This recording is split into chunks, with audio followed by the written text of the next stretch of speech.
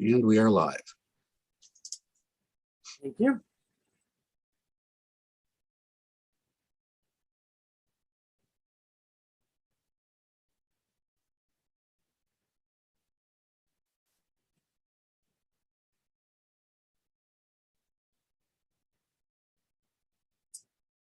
There is someone in the participant list called Owner, O-W-N-E-R.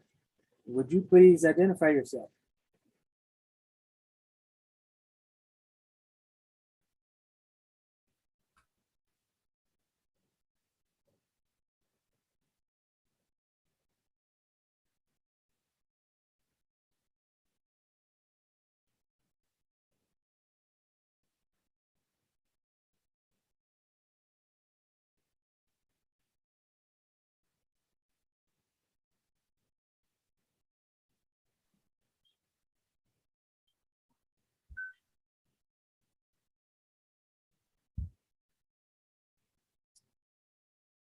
So whoever is called Owner, would you please change your name as Ruth instructed, or can you identify yourself?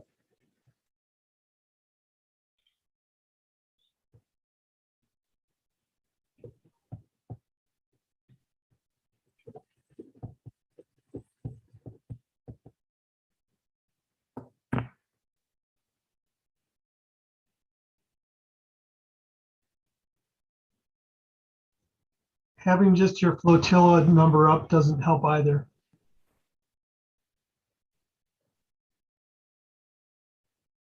If all I see is the flotilla number, I'm going to assume you're the flotilla commander. Otherwise, please change that to your name. Name and office.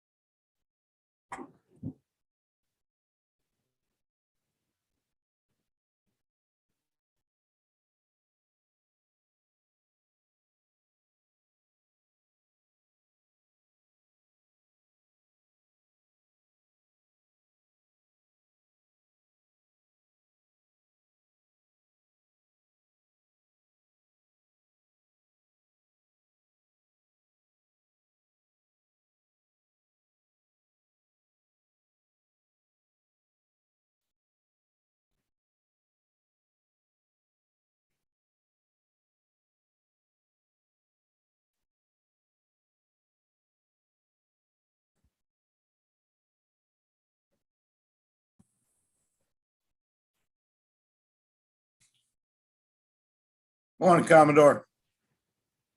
Oh, good morning, Ralph. How are you today?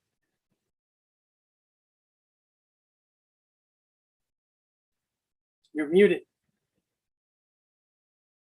How's everybody doing? Good? Good. Good morning, Ralph. How are you? Hey, good morning. How are you, Al? Great to see you. Good to see you too. I wish it was in person, but we're getting there. Definitely Yeah. getting there. Yep. Yeah, absolutely. That's fantastic. That's fantastic. Gus, good to see you as well. Long time no see, brother. How you been? I know. Good. Actually, going to see my wife's dad in June, going back to the island. That's going to be good. I'm looking forward to it. I haven't been back there in a long time, so it's going to be fun. Oh boy, give me a call. Take you on the boat. Yeah, you know what? That'd be nice. I'd like that for sure. That's my itinerary for tomorrow. Start the bottom paint. That's always fun, right? Oh yeah, I love that with a passion. Yeah. Morning, Commodore. Especially when you hit your Lucy head on and, the cradle. Tormato. Yeah, Welcome. that's it. That's it. All right. So I'm gonna mute too before we get it out of control. Exactly. Good to see you both. Okay, folks, we are at that time.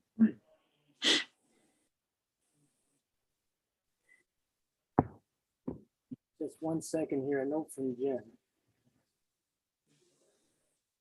Technical support.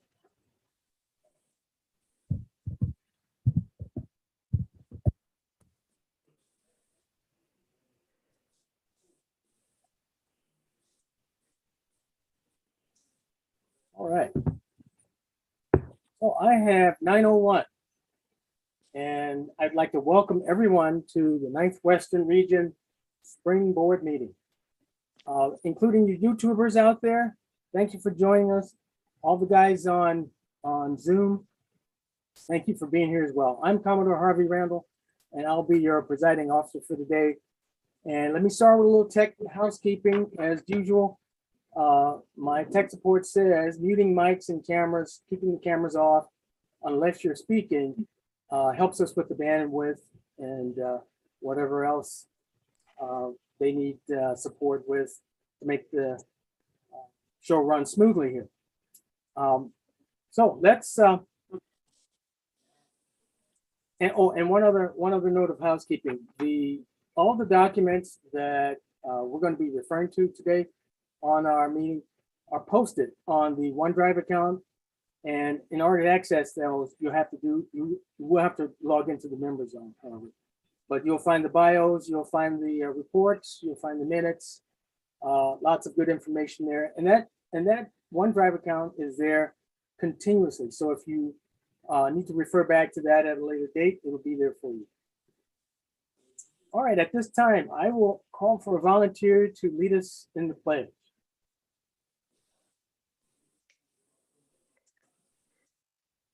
Anybody?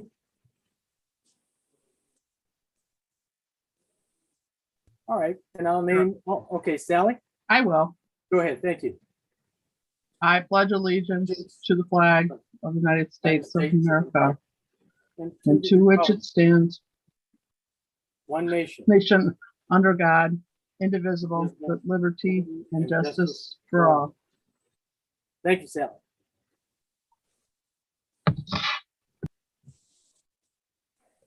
All right, Dr. Tom Buck, are you on board? Yes, sir. Please lead us in the invocation. Thank you. Just read recently of the importance of having an attitude of gratitude and the positive things that does to our well-being. And so the focus of the invocation this morning will be on gratitude. Lord God, our Father, once again, we have the privilege of gathering, though virtually, to conduct business in the pursuit of our volunteer service in support of the Coast Guard and the people of this great country. We are grateful for this opportunity. The reports we've received, however, speak of what happened since we met last, so it is appropriate that we thank you for hearing our prayers and empowering us to do those good things that you brought about through us. Thank you, Father. So today, with gratitude in our hearts for all the good things that have been accomplished, with an openness to all of the challenges that lie before us, and with anticipation of learning what more is to come, we invite your presence among us as we ask your blessing on all of us. Thank you for each person who plays a role in this meeting. For those who are watching a live streaming of the meeting, allow us to learn, to lead, and to love others as we yield to you. And we thank you for those who have gone before us, who have been our leaders and mentors, and who will be acknowledged in the ceremony of the crossing of the bar.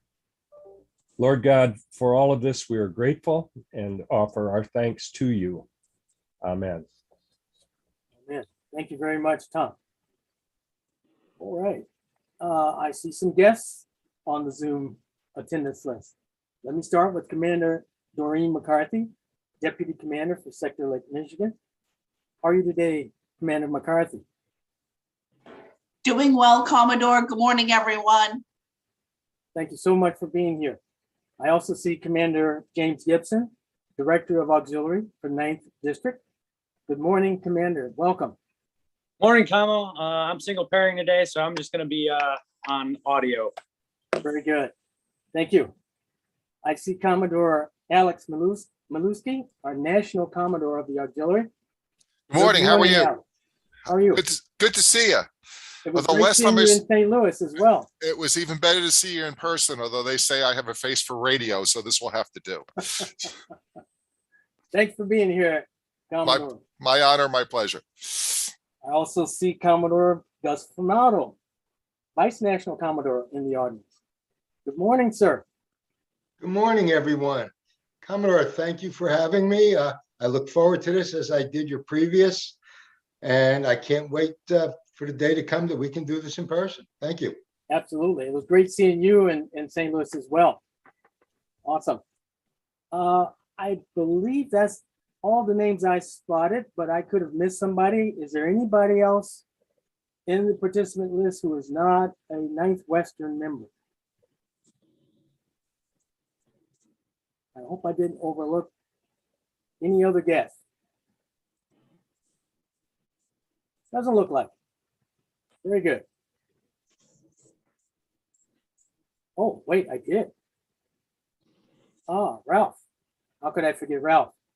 Ralph No, Kugel is the assistant director of Ninth Directs. Good morning, Ralph.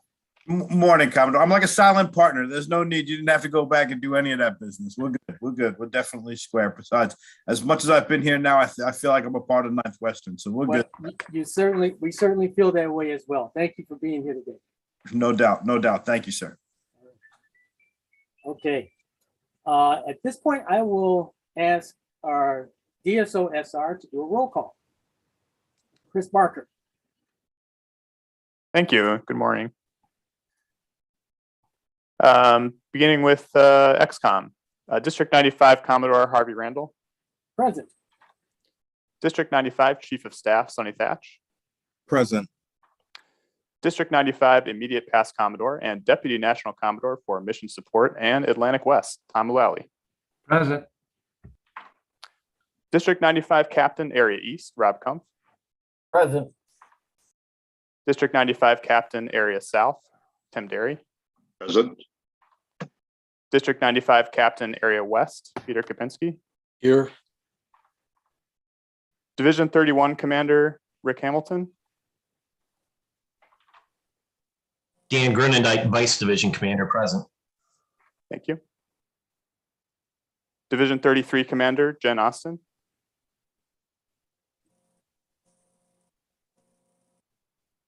Present. Thank you. Division 35 Commander John Sarin. Present. Thank you. Division 37 Commander Craig Feldy. Present. Division 39 Commander Sean Landa. Present. Division 41 Commander Tim Cooper. Present. Division 43 Commander John McDonald. Present. Division 45 Commander David Rappy. Present. And Division 47 Commander Greg Bergner. Present. Thank you. That completes the roll. Thank you very much, Chris. Would our DSO LP Steve Young attest to the presence of a quorum? I'm present, and I will attest to the quorum. Thank you, sir. Okay. So we'll start our opening session with recognition of our members who have crossed the bar. And John McDonald will lead us in that discussion. Thank you, Commodore. Diane Schimmel from 3725. Richard Brown Jr. from 33-2. Robert Wilson, 3516. Commodore Gordon Jaworski from 4304. Daniel Maja from 3511. Abram Glass from 39-6. Jim Plunkett from 3703. And John Van Dinter from 4501. And that completes the list, Commodore. Thank you very much, John. Let's please keep our shipmates in our thoughts and prayers. Next, we will move into our guest remarks. For those of you who are unfamiliar with our guests, and I'm hoping that's not too many, their bios are posted in the OneDrive folder. So in the interest of time, we won't be reading the bios, but I would ask everyone to go to the OneDrive and take a look, get a little bit more familiar with our leadership, and you'll see their backgrounds are posted for you there. So we'll begin this with some remarks and updates from Commander James Gibson, our Director of Auxiliary.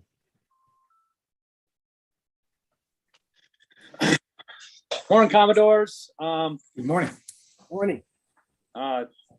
It's good to be here again. I just came back from N-Train with Commodore Randall and Bosun Kellermeyer. Great seeing a bunch of people that I've been talking to via email and on the phone. So it's nice to see that opening up and to see us come out of the COVID. And hopefully this is one of the last fully virtual events that we have. So I think the summer will treat us well. At least that's my hope.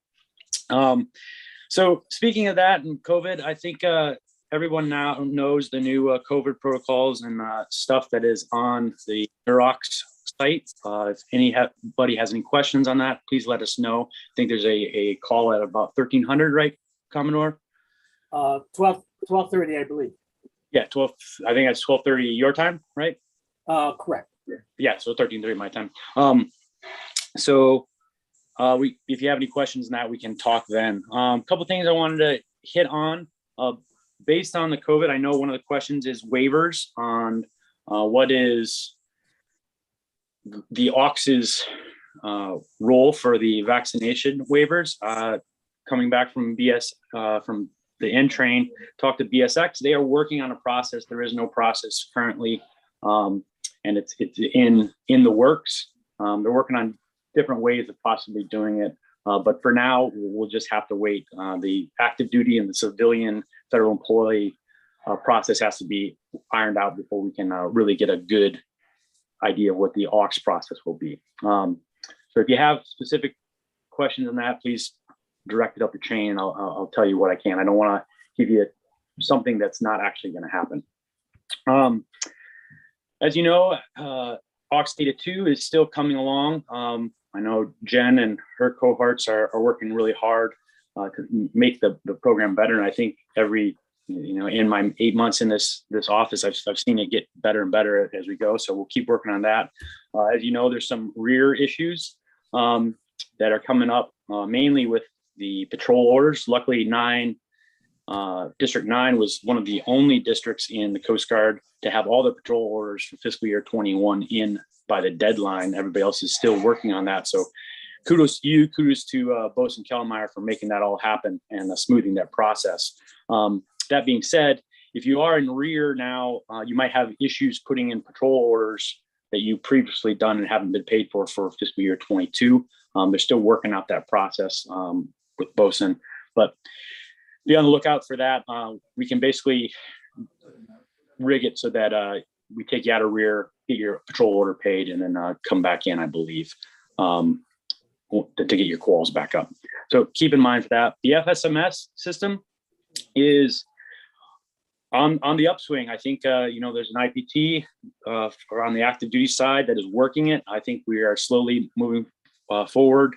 It's just getting all those programs talking together properly. Once that's all through, I think we'll be in a much smoother process. I actually just came back and did my travel claim for E2, which you will all be using eventually. And it was actually pretty easy, and the paperwork side went through with no problem. So I think once we get up and running, this will be a much better system for everyone. It's just going to take a while to get the bugs worked out. So I think in about maybe a month, we should be in good shape based on what the active duty side is. So keep your heads up, and we'll get there with that. Next thing is, as you know, there's a new SOP we've put in place in 9 Western based on telehealth. Overall in 9, we lost about 600 auxiliarists since 2019, which is a huge amount. And that has made many flotillas barely hanging on, with even in some senses just a few members, but on paper they have more. So I really wanted to take a look and make sure that our flotillas as units are functioning and able to complete the missions that the Coast Guard needs it to do, and also support the auxiliaries that are doing it so that they're not doing extra work to run a flotilla that really is not non-existent. So, you know, I worked with the COMOs to all 3 COMOs in 9th district to come up with some triggers that will kind of trigger us to take a look at a flotilla, find a good probation plan, create a probation plan to either get that flotilla back to a fully functioning flotilla, or if need be, disestablish it if needed, and allow those members to move on to a more healthy unit. That's kind of the goal of that. It's not just to cut units. It's really to try to get to an efficient state based on the amount of members that we have in the 9th district overall. And the last thing I have is, with us opening up full operations this summer with our new COVID guidance, I am looking forward to getting out there and getting my staff out there, both me and Bosun Kellermeyer, out to meet all the auxiliaries in 9th Western and all throughout 9th district. I really want to see what you guys do firsthand as much as I can, and see what I can do to help you accomplish those goals. So if there's anything that you think would be a good thing for a member of Durox to come see to assist us with assisting you, please pass it up the chain of leadership and management to Kamo, and he'll pass it to me, and we'll see if we can fit that into our schedule as much as we can. And the last thing is just thank you for, I know this has been a really long 2 years. The skies are parting. It's going to be a sunny day coming up. So thank you for all that you've endured over the last 2 years. Thank you for your patience and your desire to serve both your country and the citizens of this country and the Coast Guard. It's really appreciated. I'm continually amazed. It was great seeing everybody in person, by the skills and the hidden talents that auxiliaries have. It's quite an amazing feat. And there's no other organization that I've ever seen that functions like the auxiliary does and does the things that the auxiliary does. So thank you for your service, and I will leave it at that. And well, thank you very much, Commander. Appreciate your good words there. It's our pleasure to serve. I am running into some technical difficulties. Unfortunately, my web camera has died. I just tried rebooting it and unplugging, and I'm not having any success. So at least my audio is still good, I hope. If not, we're really in trouble. But so we'll just continue with the program. Next, I'd like to introduce NACO, Commodore Alex Milewski. Good morning, Commodore. Good morning. Good morning. Good morning, all. I'm sure there's a few of you that wish my webcam would die too, but you're stuck. You're stuck with this. Congratulations. Congratulations. You know, normally I start these remarks with a thank you, and you certainly deserve a thank you. But more than that, today you need to be congratulated. Congratulated on what you have done to help bring the auxiliary through these last 2 years, through this COVID challenge, to say the least. Hasn't been easy, but you did it. You just heard Durox, talk about the hits that we took. Without a doubt, we took a hit, but nothing compared to what a lot of people predicted. Nothing. I can't tell you how many calls I got when this first started, just about 2 years ago, telling me, the auxiliary is done. We're not going to survive COVID. We're finished. Flotillas are dying left and right. I never thought that. I never thought that for a second, but honestly, I thought it would be worse. We did, you did great. It's because people like you and people like you across the country that we not only survived, but now we are thriving.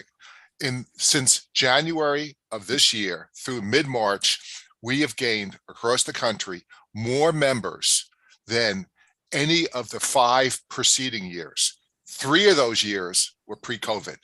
So we're on the track back. You know, since the beginning, I've been saying, you know, once we come out of this, it's an opportunity. There's a lot of people that have been sitting on their couch for the last 2 years that are looking to get out there. They're looking for something to do. They're looking to volunteer. Boating, we all know the boating statistics. You can't buy a boat now. You know, people are boating that probably shouldn't be boating, but people are boating that definitely need training. They definitely need our on the water patrols. But we survived and now we're thriving. Why? Well, because we stepped up. We developed an entire new skill set of virtual skills, whether it's training, meeting, even elections. One of the truly honors of this position is I get to attend the leadership conference 4 times a year in headquarters. And the Leadership Council, rather, is comprised of the Commandant, the Vice Commandant, the 2 area commanders, 2 deputy commandants, the Master Chief Petty Officer of the Coast Guard, and the National Commodore.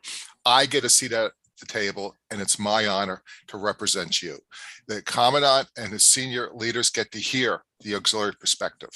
Back last November, my first meeting as NACO, Commandant goes, Alex, so how's the auxiliary doing with COVID? I go, sir, we're doing good.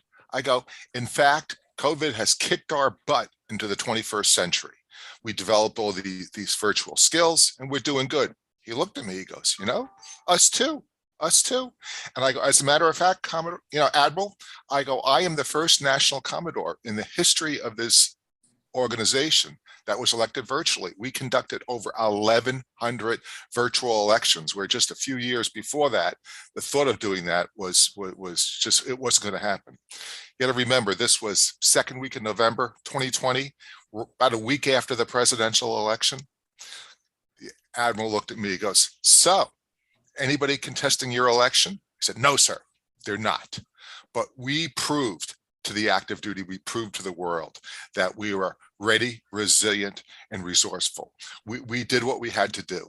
You know, about 60 years ago, President Kennedy made a speech leading up to our country's desire, our goal to put a man on the moon by the end of the decade.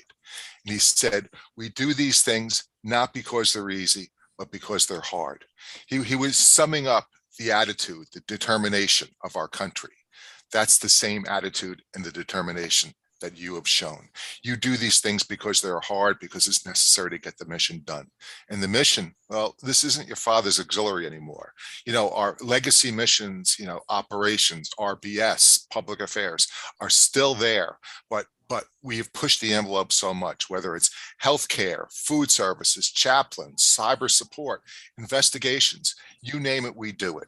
You know, it used to be we had to go to active duty and say, what can we do for you? Well, the paradigm has changed. Now they're coming to us every day and say, what can you do this for us? And we're stepping up, and our only limit is our imagination. Now I got a stopwatch going, and Harvey, you know, Commodore Randall said I had to keep this to 5 minutes, and it's 5 minutes and 10 seconds. So I better say goodbye, leave you with keep doing those hard things, Semper Paratus, and congratulations. Thanks, Harvey. Have a great meeting. Thank you so much, Commodore. We appreciate your being here, and we appreciate your kind words.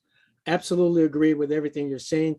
Times are changing. This is not your father's or your grandfather's auxiliary anymore. And we learned all about that in training. So there's a lot more to come and a lot more to discuss about how the auxiliary is going to support some of these newer demands that are coming our way. So thank you so much. Next up, we have from Sector Lake, Michigan, Commander Doreen McCarthy, who's the Deputy Commander. Good morning, Commander. Good morning, Commodore and auxiliary staff. I guess I definitely have a tough person to follow after our last presenter, so bear with me. Commodore Randall asked me just to let everyone know what's going on around the sector. So yes, I would like to say I think we're back open, we're back to full business. We have a number of marine events that are already scheduled for this year. I know we'll definitely look to the auxiliary to support. One of the new events If anyone has ever heard of the Red Bull Flutog, I highly recommend you guys to Google this afterwards. And that's essentially folks are attempting to make homemade flying machines.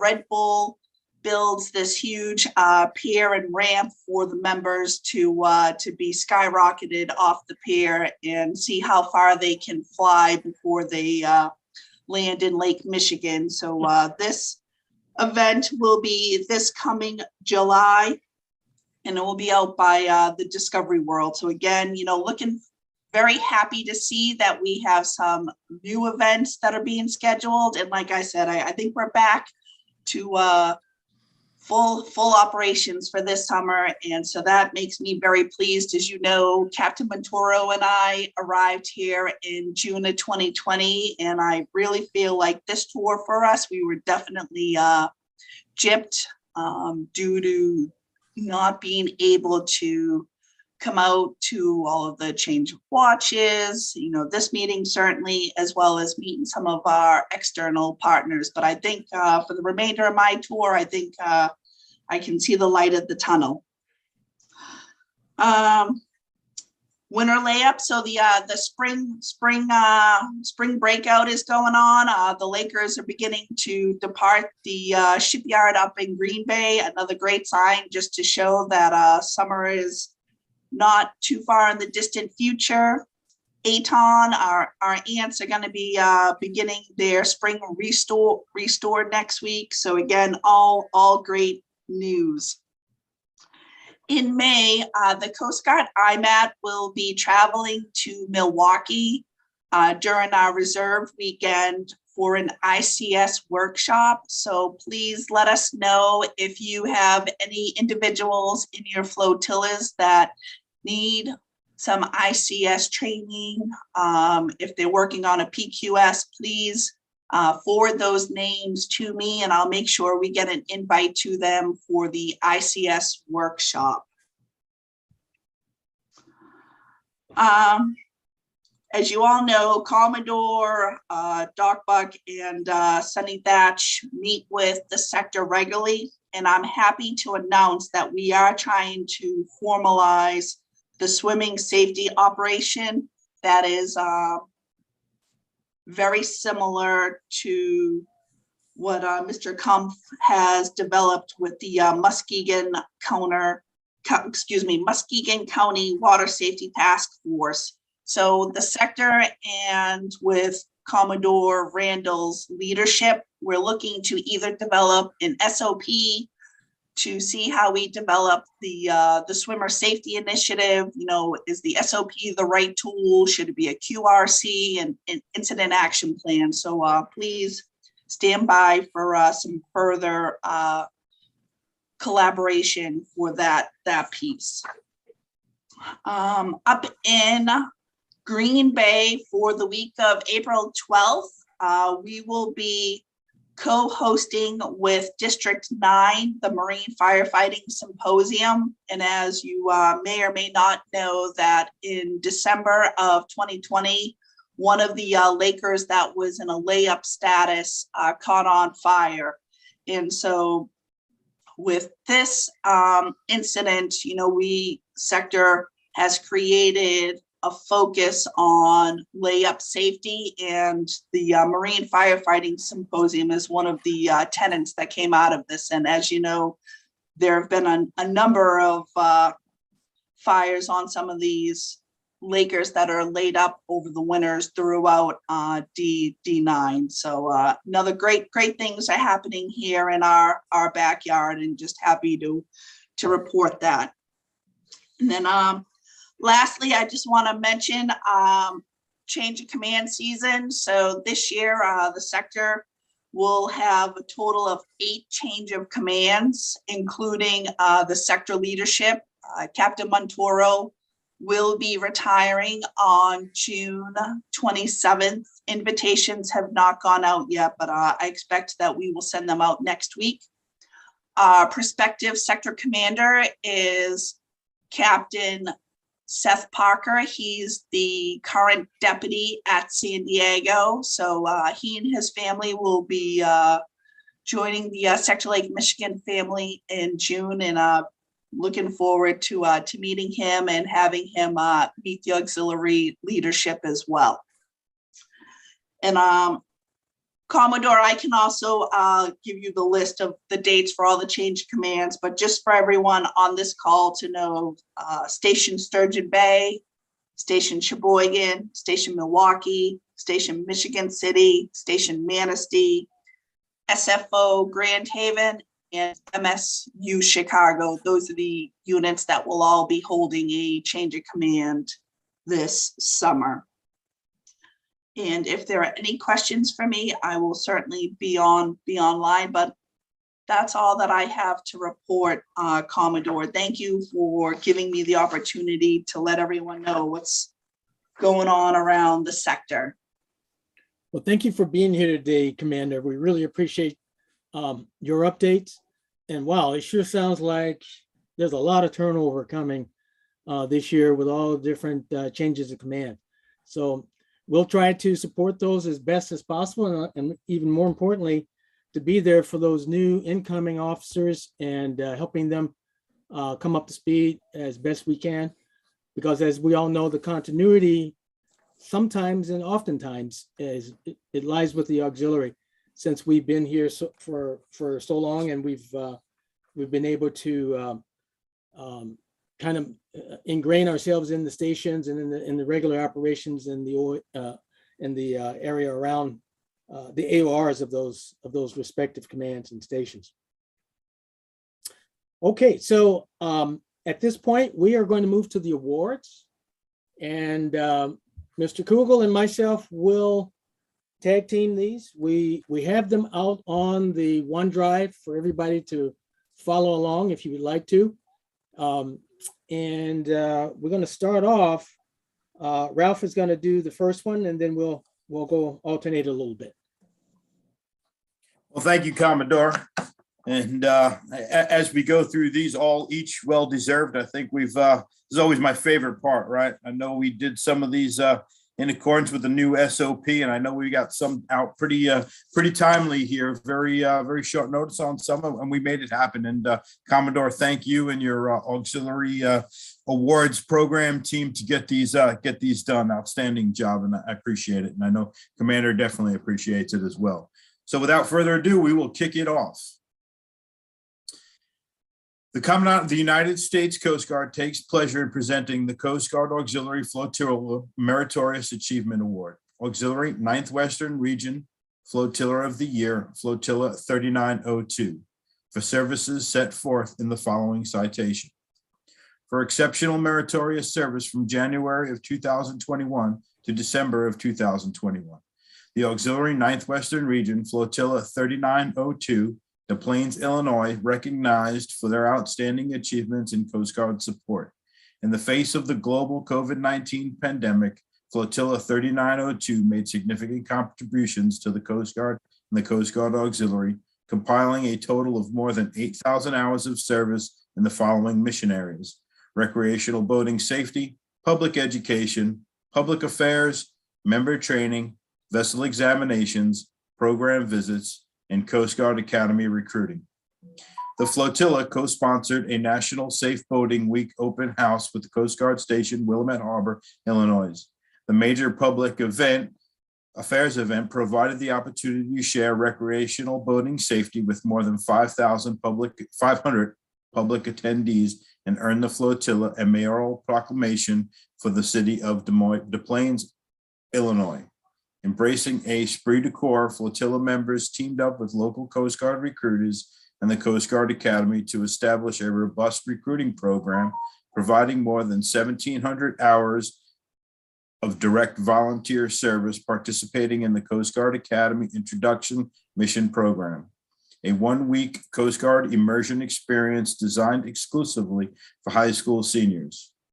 Active in the volunteer service, Flotilla 3902 conducted 44 vessel safety exams, 71 program visits, and more than 3,200 hours of mission operations and support. Flotilla 3902 lives by the motto of honor, respect, and devotion to duty. The dedicated pride, professionalism displayed by the members of Flotilla 3902 are in keeping with the highest traditions of the United States Coast Guard and the United States Coast Guard Auxiliary. For the Commandant, James A. Gibson, Commander, United States Coast Guard, Director of Auxiliary, 9th District. Nice job, 3902. Fantastic. Okay, from the Commandant to Paul Malave, United States Coast Guard Auxiliary. Subject, Auxiliary Commandant Letter of Commendation. I note with pride and am pleased to commend you for your performance of duty while serving as Flotilla 6 Chicago Staff Officer, Human Resources for Division 35 of the Auxiliary 9th Western Region from January 2021 to December 2021. During your tenure, you demonstrated exemplary leadership and devotion by strengthening Flotilla's membership, recruiting more than 20 new members. These efforts guarantee Flotilla 6 had the highest membership growth in the region, winning a National Auxiliary 2021 Membership Growth Award, and proved to be instrumental in maintaining a robust volunteer service. You enthusiastically dedicated so much of your time working with prospective members, attending virtual recruiting events, and sharing best practices and recruiting tools with other units across the auxiliary. You collaborated with auxiliary leadership and staff officers member training to ensure 15 new accessions obtain their basic qualification status within a year, accelerating their ability to participate and serve in the United States Coast Guard Auxiliary. Because of your loyal dedication to the Coast Guard and Coast Guard Auxiliary, it is easy to understand why you were selected as Flotilla 6 Chicago Auxiliaries of the Year. You are commended for your outstanding performance of duty. By your meritorious service, you have upheld the highest traditions of the United States Coast Guard and the United States Coast Guard Auxiliary. You are hereby authorized to wear the Auxiliary Commandant Letter of Commendation Medal and Ribbon Bar. For the Commandant, James A. Gibson, Commander, United States Coast Guard, Director of Auxiliary, 9th District. Congratulations, Paul.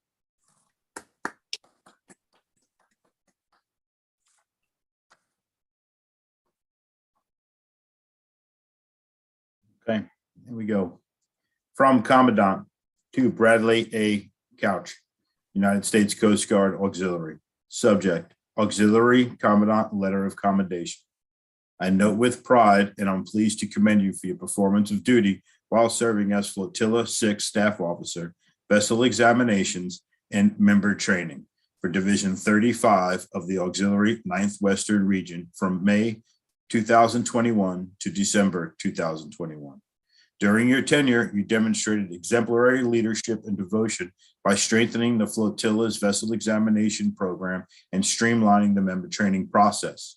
Building on close personal and professional relationships with local marinas and harbor masters, you coordinated 5 vessel safety check stations at multiple locations, immediately improving boating safety and increasing public affairs opportunities in the Chicago area. The safety check stations provided easier access for the public mariner and resulted in a successful completion of more than 80 vessel safety exams. In addition, you filled a vacancy as the flotilla's member training officer, taking on the many responsibilities of this program, as well as creating a virtual training site and a mentor-mentee tracking system, directly contributing to several members accomplishing their basic qualification status and more than doubling its number of qualified examiners. Finally, you established a refreshment tent at the 2021 Christmas tree ship event that resulted in providing relief to Coast Guard personnel, volunteers, and local authorities.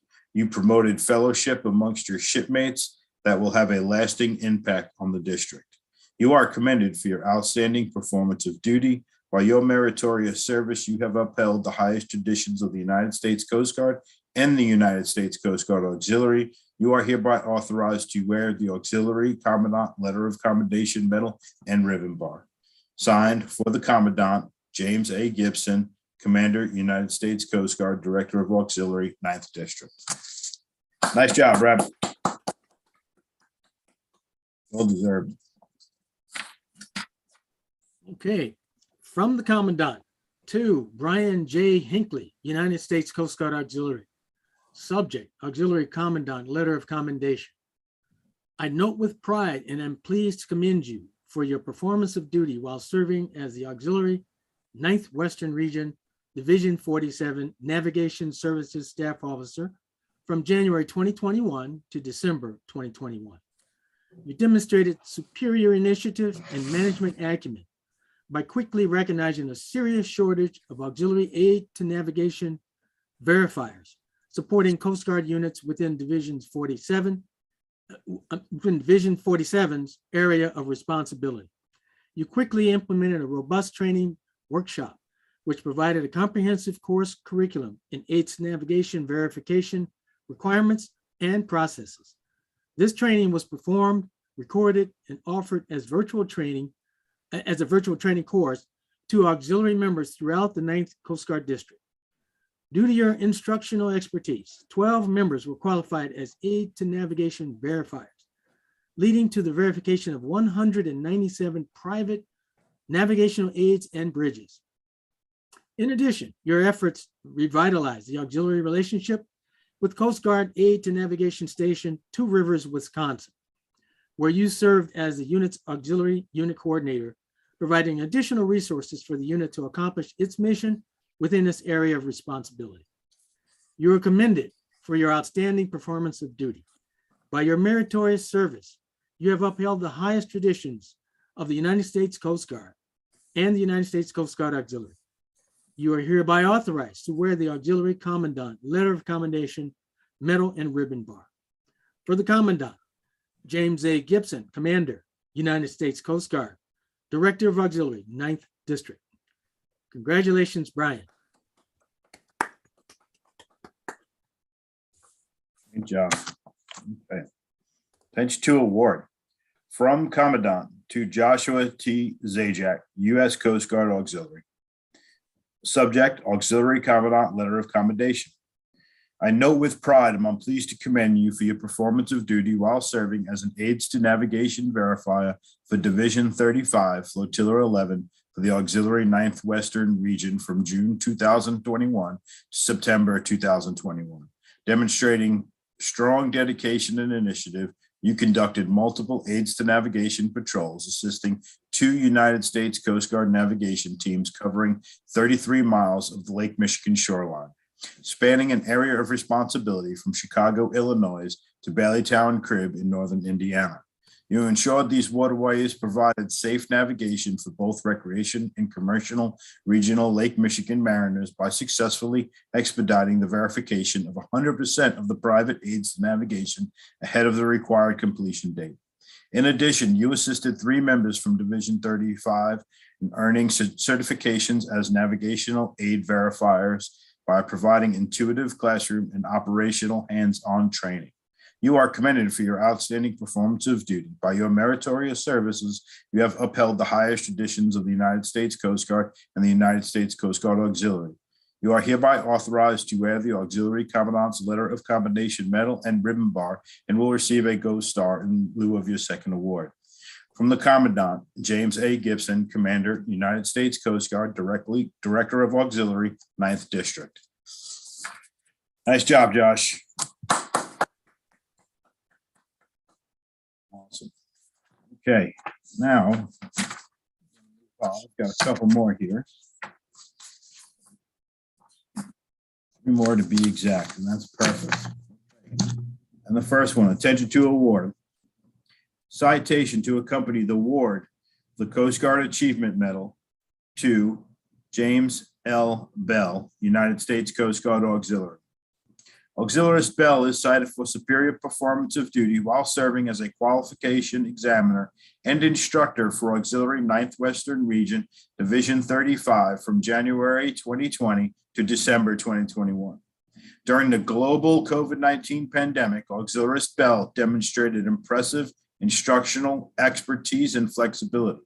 He provided initial operational training, to 2 qualification examiners, 2 coxswains, and 1 boat crew member, in addition to recertifying of 5 coxswains of 9 boat crew members across the division.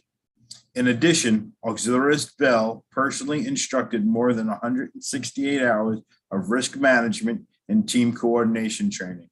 His strong dedication ensured the boat crew program remained functional throughout the pandemic and ensured annual qualification requirements were completed so the division could maintain a robust pool of proficient coxswains and boat crewmen in support of the United States Coast Guard Sector Lake Michigan's active duty and auxiliary missions.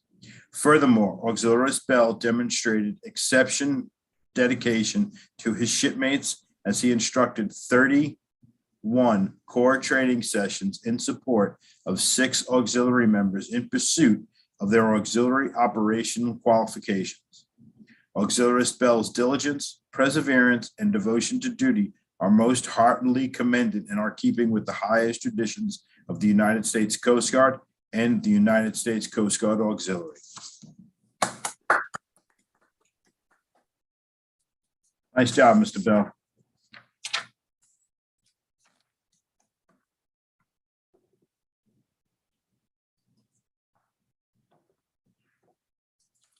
Have another one. John C. Saran. Attention to award. Citation to accompany the award of the Coast Guard Auxiliary Achievement Medal to John C. Saran, United States Coast Guard Auxiliary.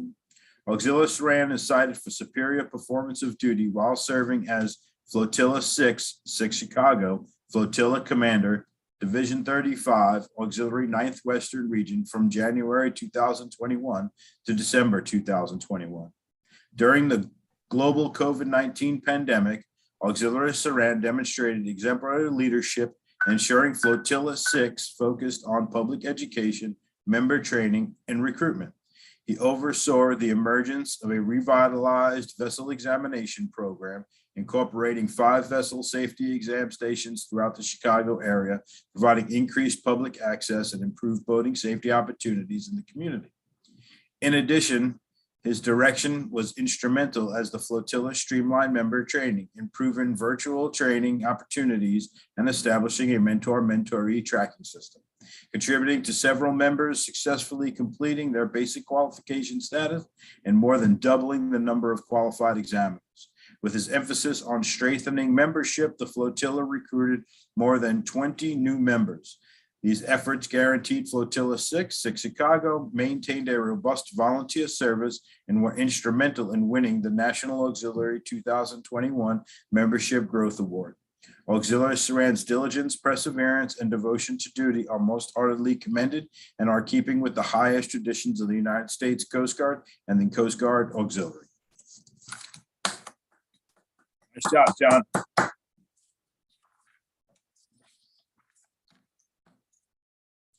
Okay.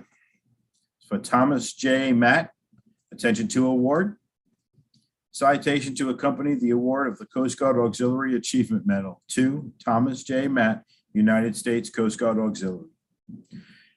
Auxiliarist Matt is cited for superior performance of duty while serving as Division 43 Commander, Milwaukee, Wisconsin, for the Auxiliary 9th Western Region from January 2020 through December 2021. Auxiliarist Matt distinguished himself with his commitment and leadership to Division 43, inspiring his members to excel in response to Sector Lake Michigan Operational Planning Directive and the 9th Western Region's Operational Plan. In the midst of the global COVID-19 pandemic restrictions for multiple missions, Auxiliarist Matt clarified and disseminated safety guidance, exploited video conference technology, and various other innovative solutions to continue operations. His efforts facilitated the continued backing of Sector Lake Michigan and the safe reconstitution of in-person activities, including 19,000 hours of volunteer service in support of boating safety and operational missions. These included the innovation expansion of Division 43's public affairs focus to small communities via Safe Night Out outreach events, rather than just historically attended large metropolitan boat shows. Furthermore, Matt, under his guidance, Division 43 received the National Commodore's 3-Star Award in Diversity in 2020. Auxiliarist Matt championed the importance of diversity for Division 43's continued relevance and created a positive environment for member participation and growth. Auxiliarist Matt's diligence, perseverance, and devotion to duty are most heartily commended and are keeping with the highest traditions of the United States Coast Guard and the United States Coast Guard Auxiliary. Congratulations.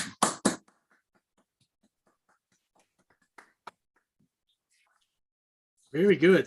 That completes the awards. Great job, everybody. Well deserved. Thank you, Ralph. We appreciate that and all your hard work in pulling these together. I know it's not easy, working through the awards boards and that process. So thank you so much. And I agree. Congratulations to all of our award winners for your hard work and dedication. Now, I do want to make a quick announcement about district awards. If you guys recall, in 2019 and 2020, we were delayed in producing those awards, not so much because of anything the auxiliary did, but rather the vendors who are having trouble with supply chain issues and so forth, getting those plaques and various streamers produced. Well, the good news is that those did finally go out, and I believe everyone should have received their awards by now, especially the plaques. They were the last ones to go out. If somebody did not receive a plaque that, according to the listing that which we posted last January, please reach up to your chain of leadership and let me know, because if the vendor still owes us some additional awards, we want to make sure those are taken care of. Now, that brings us to 2021's district awards, which unfortunately we have another issue. Now we are facing a problem due to the switchover of Aux Data 1 to Aux Data 2. The old awards calculator, which is actually a huge, complicated Excel spreadsheet, was based upon AuxInfo, and AuxInfo, of course, has gone away now due to the cutover. And at this point in time, I've assembled a team to redesign and recreate the process. So the reports that are native in Aux Data 2 have to be set up now to work with the award calculator, which itself is quite complicated and might need a little modification as well. We do have a new awards coordinator replacing Dave McCartan on board now. That's Bob Rexick. So I'm working with Bob and also Jen Austin to get this all fixed. You have our commitment to get it done as soon as possible. But we think, once we get the Excel spreadsheet working with the Aux Data reports, we should be able to get these done straight away. We do not anticipate any further supply chain issues from the vendors at this point in time. So that's just a little update on the 2021 awards. I'm sorry we don't have them ready today, but you will be seeing them announced over email. Okay. Communications and notices. First up, we have an update from Mike Wydell on the Amy Gustafson Seeley Scholarship Fund.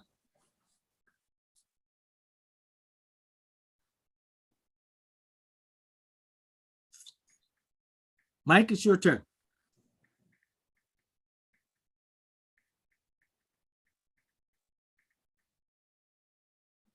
Okay. I do not see. Wonder I don't see him on board. Yeah, I think he may not have been able to make it after all. Okay. All right. Well, I'll have him put something together and get that out to the board so that you guys will know what's happening there.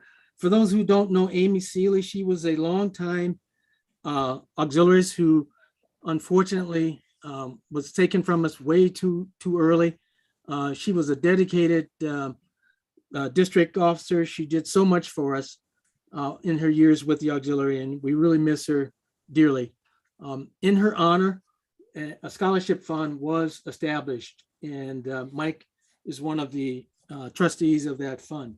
So we are, we look to Mike to give us an update every now and then. So hopefully he'll put something together on email for you. Okay, are there any, let's see where we are in the agenda. I would like to pause for a minute since we're in pretty good timing at this moment, and let's take a look at chats. I see there's a bunch of things. I see a question from Craig Feldy. Will we be recognizing Mr. Paggi? So the answer is he's already been recognized, but it doesn't hurt to do it again. Terry Paggi is our Auxiliarist of the Year who will represent the 9th Western Region at the national competition in Orlando this summer. So at NACON, which happens at the end of August, they will announce the winner of the National Auxiliarist of the Year. So Terry is our representative. Congratulations to Terry, and we wish him luck in that competition. I did send out an all hands communication announcing Terry's selection back in September. Okay. Hey, Commodore, I got you back now. Oh, there's Mike. All right, Mike, if you'd like to say a few words about the Seeley Scholarship Fund, please take it away. Yeah, I'd be happy to. We awarded 3 scholarships this year, 2 to students at Northern Illinois University and 1 to the Michigan Maritime Academy. We also received notice from an estate that the scholarship fund is going to be the beneficiary of an estate when that is settled. So that's good news. Other than that, we continue to accept donations. 99.9% of the money we collect is directly returned as scholarships. We have a 0.1% overhead, which basically it doesn't pay for much, but it keeps the legal filings active. I think anybody who doesn't know who Amy was can certainly look on Facebook and just search for Amy Gustafson Seeley Scholarship, and you can find out all about who she was and what we do. And I think that's it, unless somebody has any questions.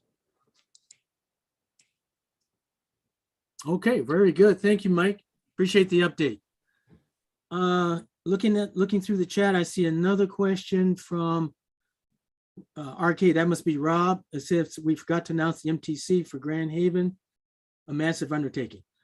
Certainly a massive undertaking. But I unfortunately don't have a copy of that citation. So Rob, do you happen to have it? Commodore, I'll send it to you very quickly here. It's in your OneDrive, Commodore. It's in the OneDrive. Okay. Correct. All right, let's get it and read it.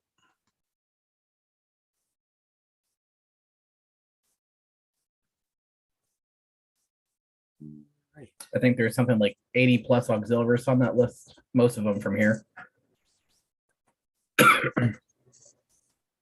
Well, not most of them, but a decent chunk of them. It's in your inbox, Commodore. Okay, thank you.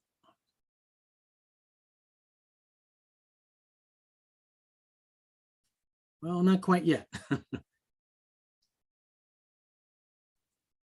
Come on.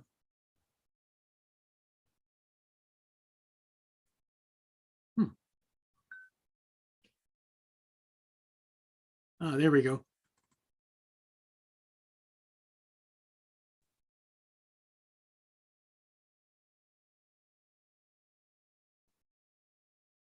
Okay. So I'll go ahead and read this one.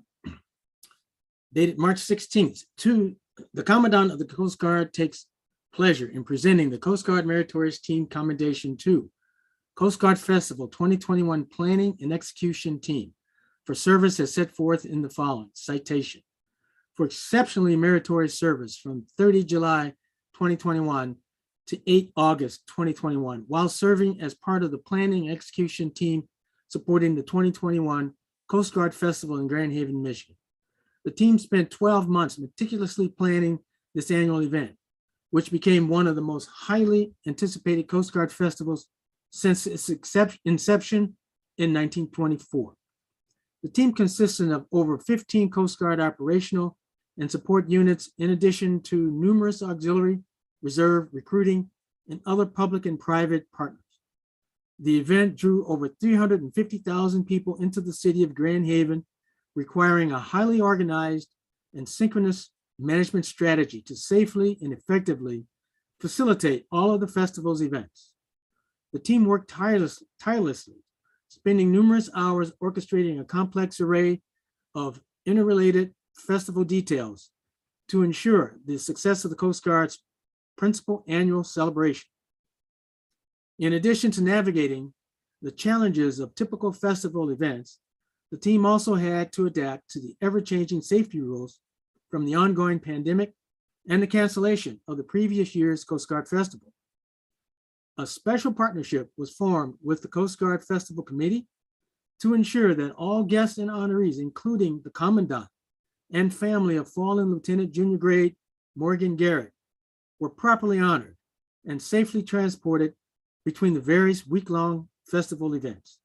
The dedication, pride, and professionalism displayed by the 2021 Coast Guard Festival Planning and Execution Team are in keeping with the highest traditions of the United States Coast Guard. For the Commandant, DP Montoro, Captain, United States Coast Guard, Commander, Sector Lake Michigan. Congratulations to you all, and I see the list is also attached. There are 7 pages of names, and that includes all of the active duty units as well as the auxiliary units. So I will not be attempting to read any of those.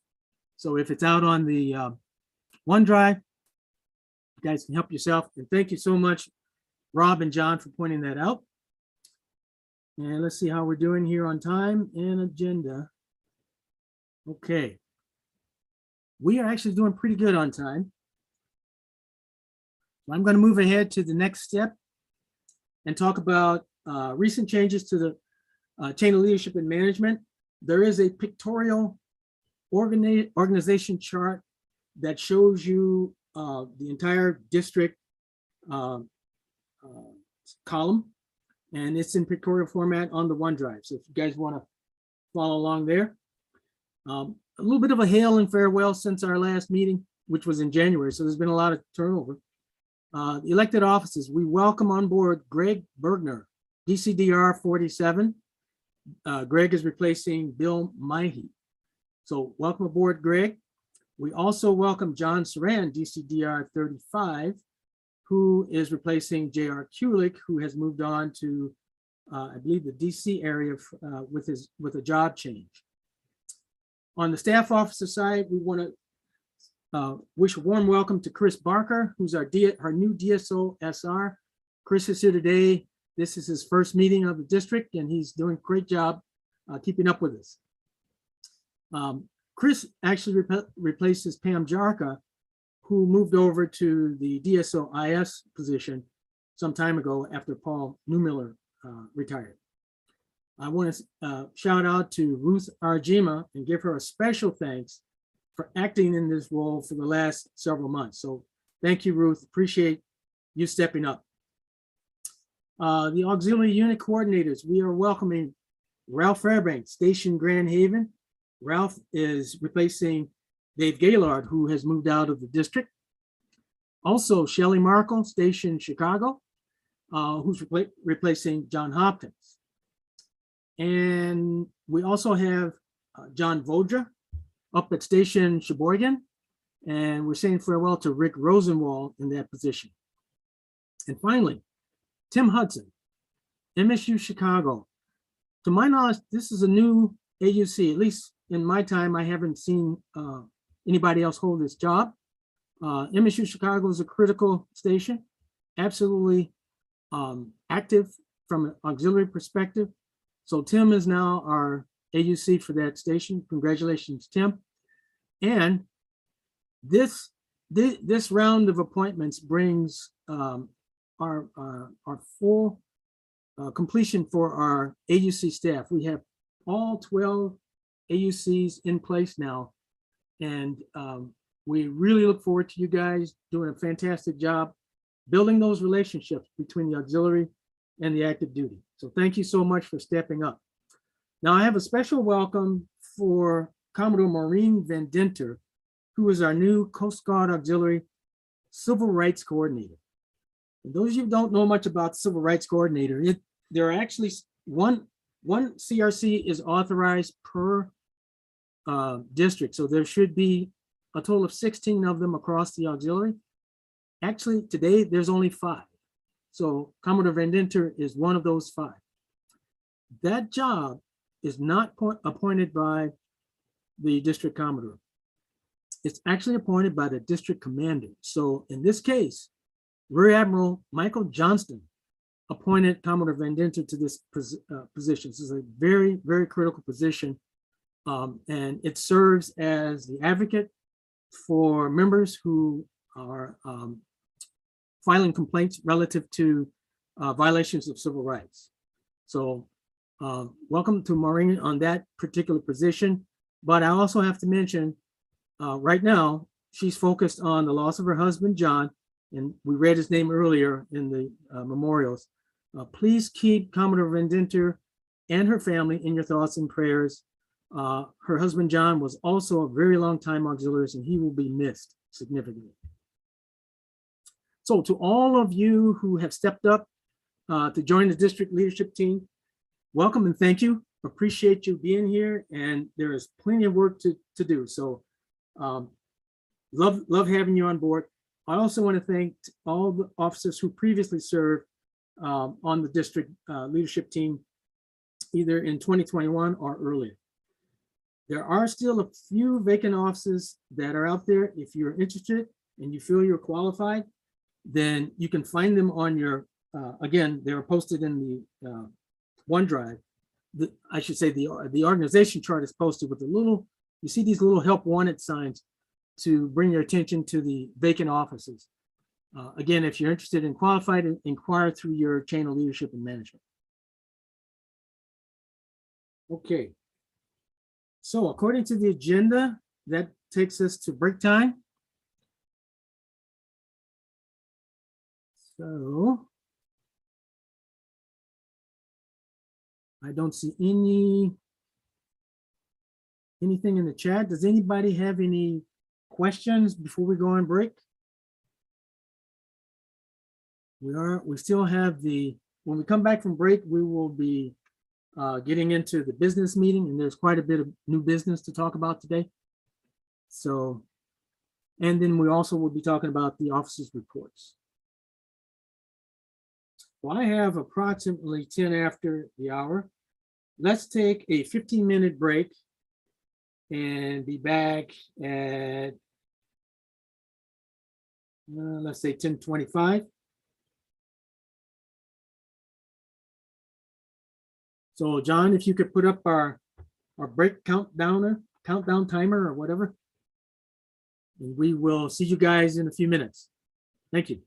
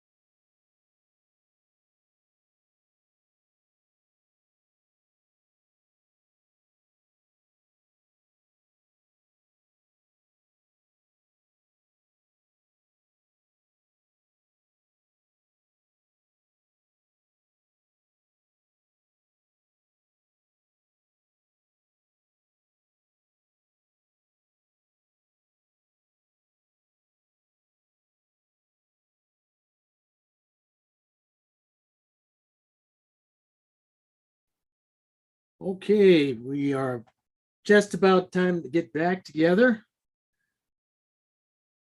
Thank you, John, for your visual. Let's see here.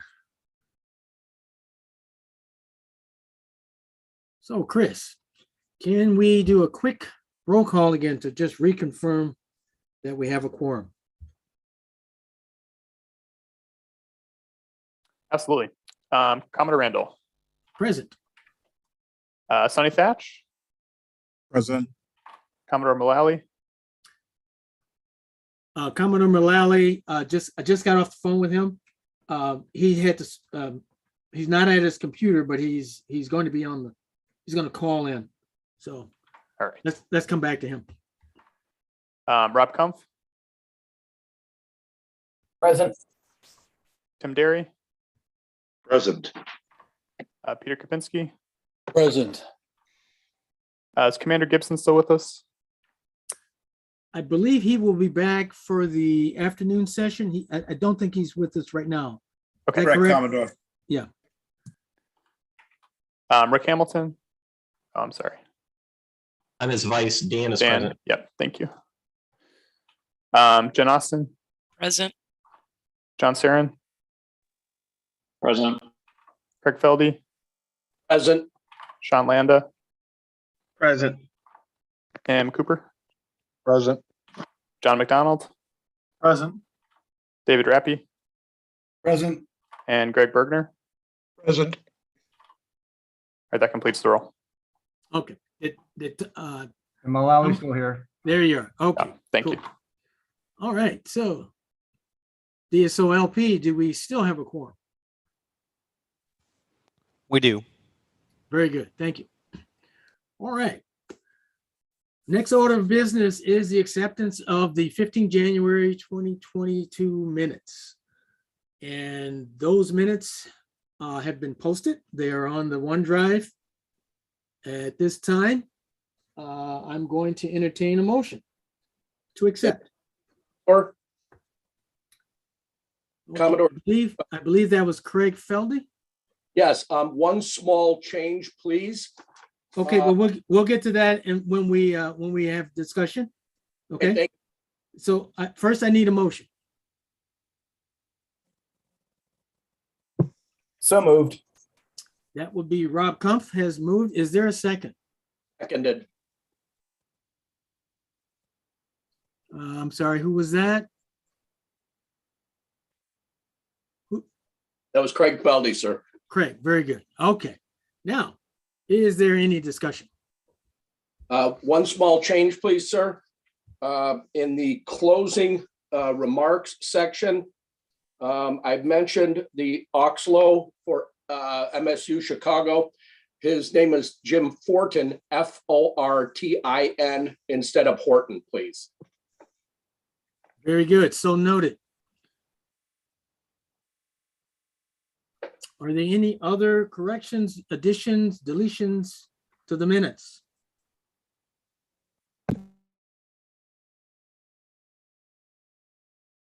Very good. Commodore, Commodore, this is Pam Jarka. I'll make sure that Chris gets the copy with the correction on it. Okay, thank you, Pam. Or gives him the copy. Yes.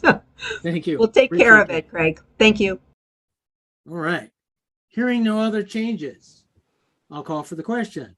And we'll go with nays only. Are there any nays to accepting the minutes as corrected?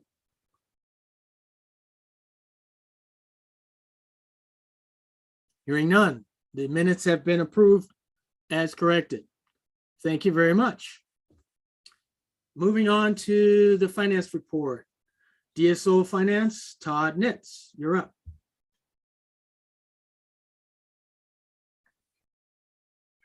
Good afternoon, all. I'll read our figures.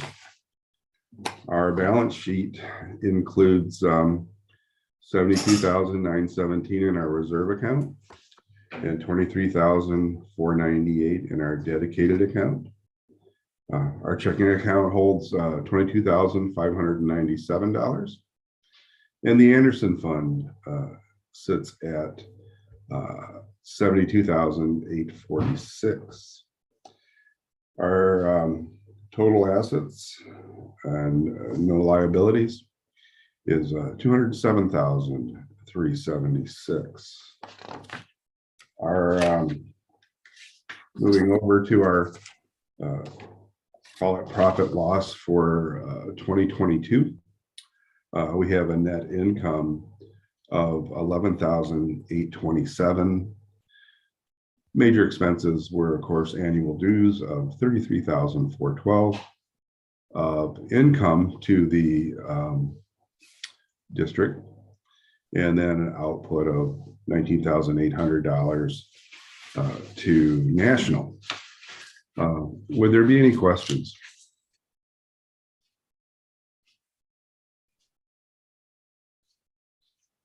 All right, well, thank you. If there are any, I'm always available by phone call or email. By the way, I might mention that since our January meeting, we have had the report of the audit committee. It was submitted after the auditors went through the books as they closed on for 2021, and they were found to be in fine, acceptable order. No issues were found whatsoever. The report itself is an email from Commodore Podolsky, which is available.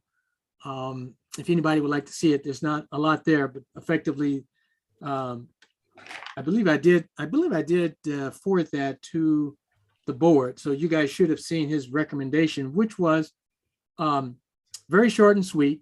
Effectively, the audit committee wants us to try to maintain our fiscal responsibility from a standpoint of balancing the budget, which we did. We certainly have, we've done that for a couple of years now, coming into the new years. And then also to maintain growth in the reserve accounts because of the uncertainty of funding from the active duty side. So if anybody has questions about the audit, about the 7025 form, which is the report, the financial report of a district, or any unit for that matter, in our case, a district, please reach out to Todd or reach up through your finance chain of leadership. Todd is very close to the SOFNs, and they talk on a regular basis. There's quite a bit going on this year in particular, because we have a brand new standard operating procedure, which comes straight from the chief financial officer of the auxiliary. And everybody should have seen that by now. If you haven't, please reach up to the website and take a look, because it's about, I don't know, about 30 pages long. It's quite a bit, it's quite intensive. And I just want to take this opportunity to point out that we haven't always been rigorous in all cases at all levels of the organization when it comes to financial controllership. We absolutely are going to turn that around. That's going to be paramount going forward. That means everybody, every unit gets audited every year, no exceptions. And there's some other things too. There are some things that have broken loose in terms of electronic funds transfers, which we have been hoping for and waiting for some time now. So it's not, there's some good news, and then there's some news in that SOP that says we need to tighten our belts a little bit and run a tight ship, a tighter ship. Todd, do you want to add anything to that while you're you have the floor? Thank you, Commodore. Yes, in that light, I've made a professional commitment to communicate with our SOFNs throughout the year, offering some best practices and reviewing some of the things that are defined in the new SOP. But one thing I really want to say is some of our units are doing an excellent job. And as we've dealt with the changes, I just have to say that about 50% of our flotillas and divisions are doing a fabulous job. And the other ones just need a little bit of changes to what they're doing. And we're all going to be on the same page in 2023. Thank you. Thank you, Todd. Appreciate that. Any questions for Todd? on the audit or on the profit and loss, on the balance sheet, any of that stuff. Todd's doing a fantastic job, folks. I really appreciate his efforts on finance. Okay. Hearing none, let's move along. Next order of business is updates to the written officer reports. I took a glance at the folders on the OneDrive, and you guys have done a great job. I appreciate everybody's efforts to get their to get their reports to the board put in there so that we all know what everybody's doing, what everybody's working on. And at this time, we will not read them all because there's quite a few, but we will go around the horn and we will ask for updates to the written reports. So I'll start off with mine, and I'll say that I have no updates at this time. The report stands as submitted. Thank you. Next would be Chief of Staff Sonny Thatch. Anything to add? Nothing to add to my report. I just wanted to mention that I did receive the DSO EM report. And so I will be forwarding that to Ruth for it to be uploaded to the OneDrive. So noted. Thank you.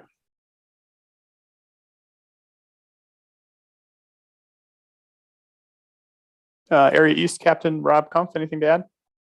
I have nothing to add. I would just like to reiterate my thanks and appreciation for all the personnel in Area East who are going out there and getting work done and really putting the rubber to the road. So I appreciate them and their perseverance over the last 2 years. So thank you so much.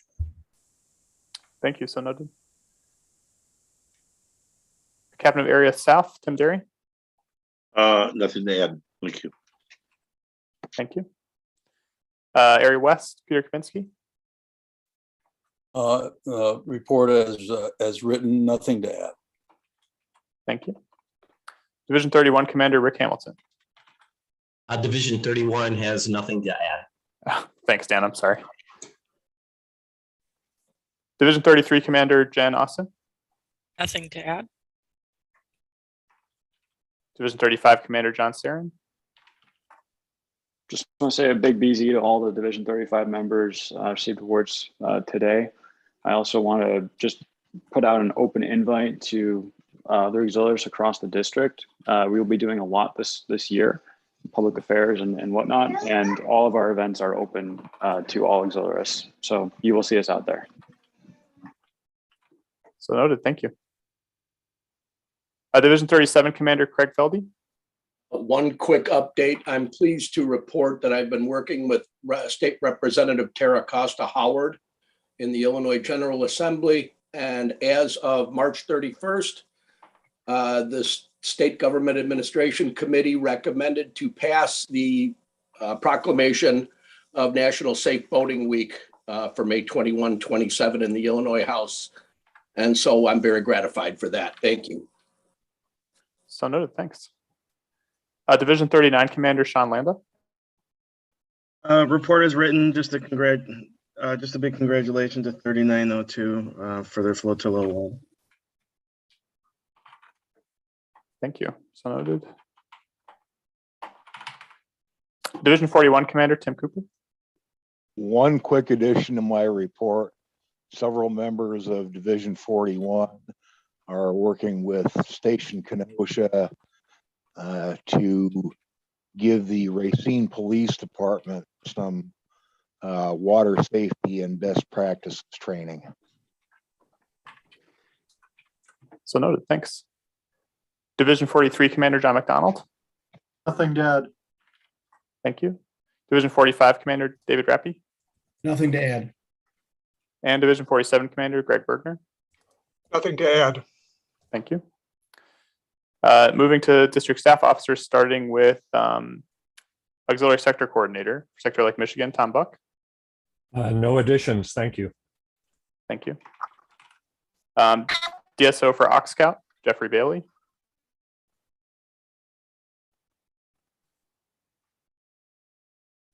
There, I'm unmuted. Yeah, I got a couple of things to add to my report. 4107, thanks to the hard work of Ryan McGraw, their BSA ship charter is complete. That means the flotilla has sponsored a Sea Scout ship. We're just awaiting for the U.S. Coast Guard charter to come through. All the paperwork has been forwarded to the DIROCs. We're waiting for that.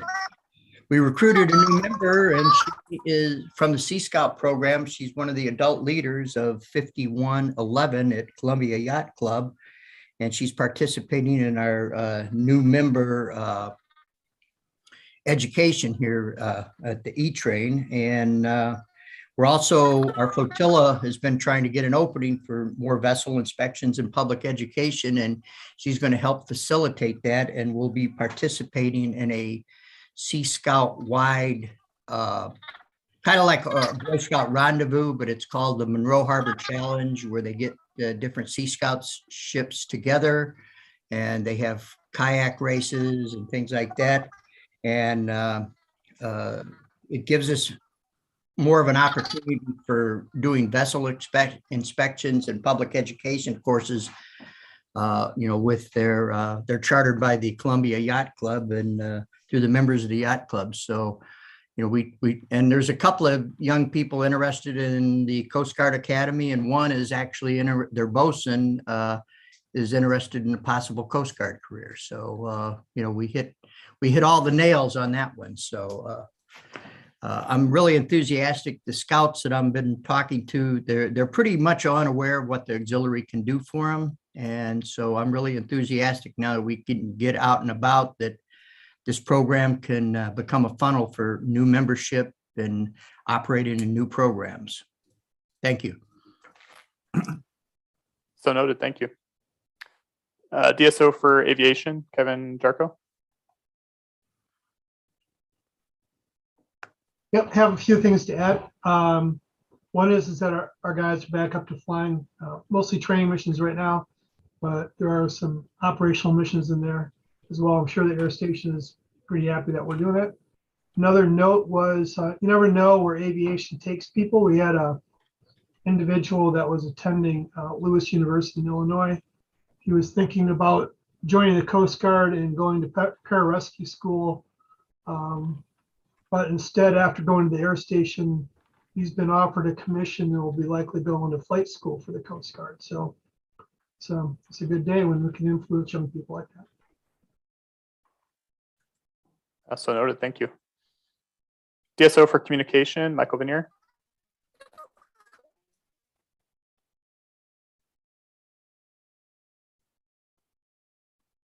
Michael, do you have anything to add?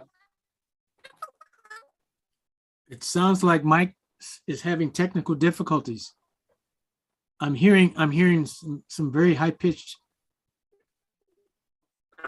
scratchy noise there. Mike, are you with us? Mike, you may need to check. Mike, I think you're going to need to check your. He chatted nothing to output. add. Yeah. Thank you. Yes. Okay, we can move on. Thanks, Mike.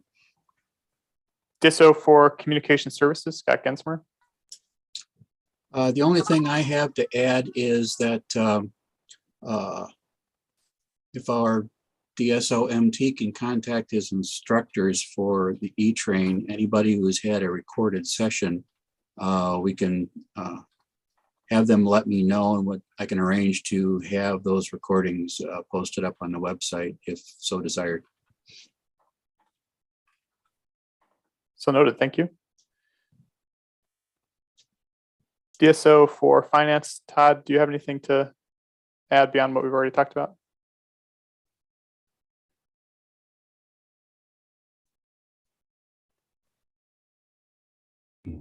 Nothing to add. Thank you. DSO for food service, Gail Sedlock. Nothing to add.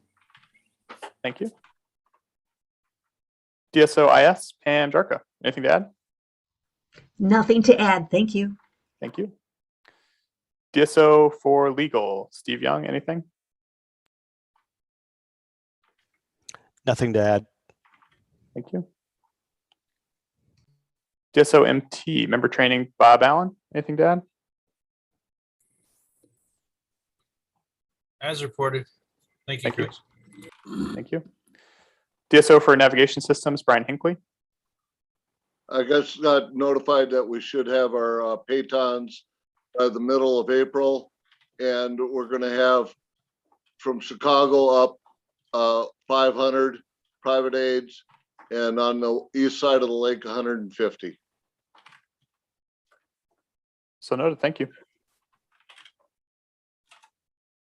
DSO for operations, Russell Hoganson.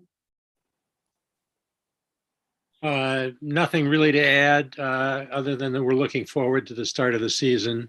I will throw in one plug to everybody to check the district website for information on the EAA upcoming opportunities. So noted, thank you. DSO for public affairs, Shelley Markle. The only thing I would add is now that we're beginning to get into more forward-facing and public interactions, I would recommend that all missions that have a forward-facing activity that could use the assistance of their public affairs officer be sure to reach out and engage them in that process. That's all. So noted, thanks. DSO for publications, John Bosterman. I would just say look for the first edition of the current district newsletter coming out in your email box here first part of next week. Otherwise, nothing to add. So noted, thank you. DSO PV, James Bennison. Nothing to add. Thank you. DSO SR, which is me, I have nothing to add. And DSO SL, Steve, do you have anything to add for that position?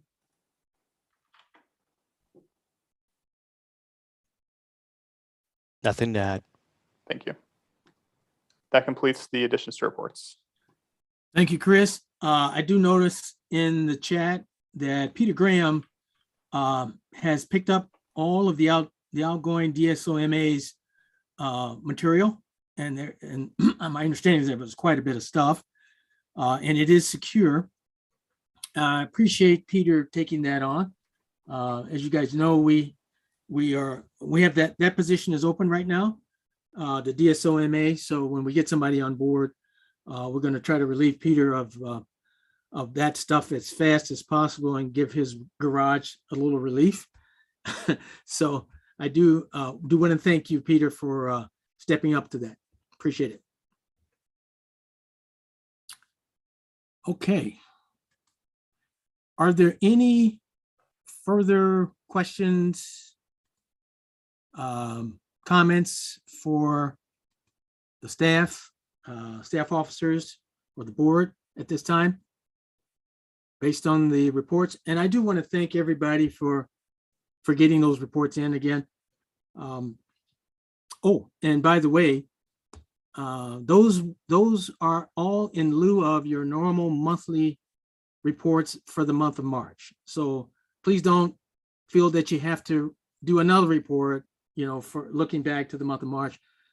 Everybody is now caught up based on your reports to the board, and the next monthly reports will be due at the end of April.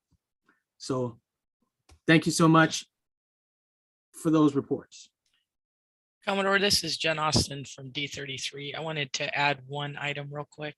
Certainly. I just want to extend my appreciation to District PA. We've had the Coastie unit that normally resides with Michael Hudick on kind of extended loan through winter, and have been able to do two really engaging and wonderful events with it since we've had it. We are on deck to return that back to his home over on the west side of the lake, but I just wanted to offer my appreciation on behalf of our division and our members for being able to play around with Coastie for a little bit. We had a really fun one the other day at the Kalamazoo Air Zoo, where the first and second graders that we engaged with said that it was the coolest thing that they had seen all day, and it even beat out the skateboarding dog. So. I love it. Thank you, Jen. And Coastie never fails. In that age group, they love him. Absolutely love him. All right. Next agenda item is old business. I do not have any old business. Is there any old business from the floor that I perhaps overlooked? All right, hearing none, we're going to move on to new business, and we do have a couple items here. So item number one, we are going to have to take a vote today to recommend the disestablishment of Division 45. And to lead that discussion, I'm going to turn it over to DCAP West, Peter Kapinski, and Peter's going to give us a little bit of background and history on that situation. So take it away, Peter. Thank you, Commodore Randall. Historically, in the past few years, there have been 2 flotillas in Division 45 centered in Madison, Wisconsin. Earlier this year, one of the flotillas, 4509, was disestablished, and that was finalized by Commander Gibson on January 25th. Following that, that left 1 flotilla in Division 45. So Commodore Randall asked us to form a study group to study the situation of the division. And that study group consisted of myself and Division Commander of 43 and Division Commander of 45. John McDonald and Dave Rappy. After a study of the situation, we felt that our final recommendations would be disestablishment of Division 45, unfortunately. Basically because of insufficient organizational mass as it is described in the Oxman. The remaining flotilla, 4501, is recommended to be incorporated into Division 43, which is centered in Milwaukee, in the Milwaukee area. And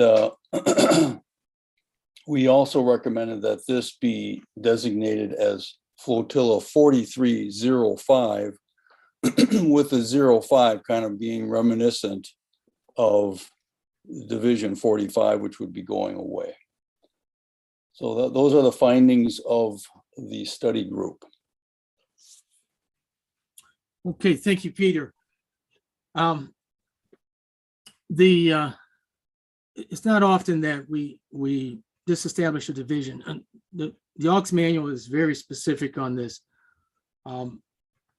Keep in mind 2 things. First of all, the authority to disestablish a division is vested in the Chief of Prevention, not the DIROCs, but actually the Chief of Prevention, who is, in this case, Captain Kevin Floyd, who the DIROCs reports directly to. So Captain Floyd has been kept appraised of the situation. He's aware, as well as Commander Gibson, of what we've been doing for the past several months to, assess the situation and do what we can to help, the division as well as the flotilla that was unfortunately had to be disestablished. Now, the manual requires that the district board take this up for discussion and vote to recommend disestablishment. But again, the final action and the final decision rests with Captain Floyd. Also, for a vote of this nature, we do require a 2/3 majority affirmative in order to send that recommendation up to district. So with that, I will entertain a motion to recommend the disestablishment of Division 45.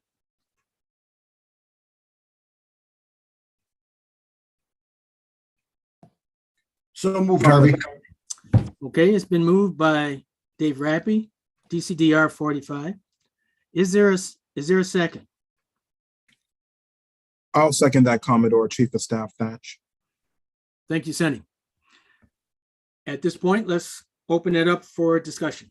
Are there any questions, concerns, issues that we want to talk about here before we call for the question? Commodore Randall, this is Jen Austin, Division 33.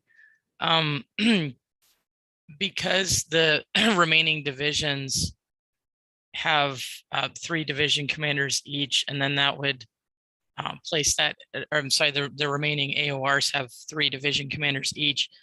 That would leave the West AOR with 2 division commanders. How does that the overall impact, the vote in district matters? I mean, is there any long-term plans to kind of realign to have everybody sort of back on the same page as far as, a number of votes accounted for each region? Or is it just going to be 3, 3, and 2 as far as the division commanders are concerned? Well, I think certainly in the short term, it'll be 3, 3, and 2. Now, we don't tend to vote in blocks of areas. So I don't believe that there is any inherent advantage or disadvantage one way or the other. We still will have the same number of DCAPs. We'll have 1 less division commander. But the makeup of the board still stays the same. It's just, there'll be just 1 less vote cast from the division commanders. Or do you see some other downside or some other issues that you have in mind there, Jen? No, I was just curious if, long-term down the road that would eventually result in some sort of reshuffling to kind of reset everything. So I was just curious. Yeah, and that downstream effect. By the way, that structure is documented in the standing rules. So if we did want to modify the coverage of the DCAP somehow, we'd have to bring that back to the board as a vote. And it would probably be down the road. And in my mind, I don't see a driver other than the fact that if we do lose more divisions, then we definitely would want to revisit the way the relationship between the divisions and the DCAPs. But at the moment, I had not planned to do anything different, at least for the balance of this year. Okay, great. Thank you. Okay, good question.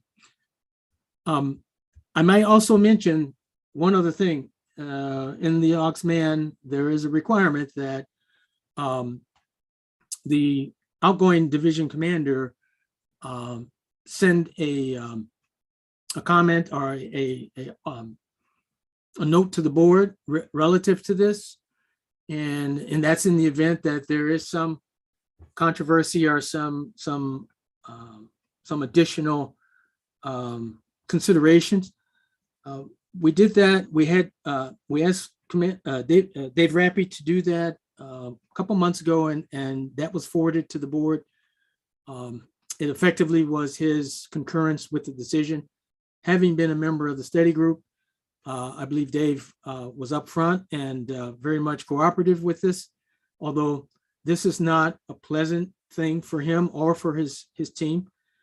Division 45 has a storied history with the auxiliary dating back a long time, decades.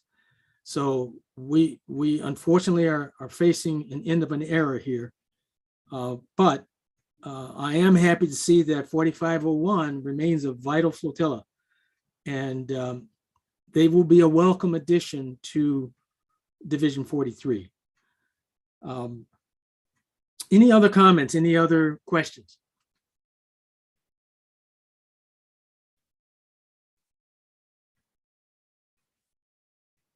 Okay, hearing none, I will call for the question. Chris, would you please tally the responses, and we'll do a verbal yay or nay. Yes, sir. District 95 Commodore Harvey Randall. Yay. District 95 Chief of Staff Sonny Thatch. Yay. District 95 Immediate Past Commodore Tom Mullally. Yay. District 95 Captain Area East, Rob Kumpf. Yay. District 95 Captain Area South, Tim Derry. Yay. District 95 Captain Area West, Peter Kapinski. Yay. 9th Coast Guard District Director of Auxiliary, Commander James Gibson is here. I don't believe he's in this quorum because he didn't come back from the break. Very good, thank you. Okay. Division 31 Commander, Vice Commander Dan. Yay. Thank you. Division 33 Commander Jen Austin. Yay. Division 35 Commander John Sarin. Yay. Division 37 Commander Craig Feldy. Hey. Division 39 Commander Sean Landa.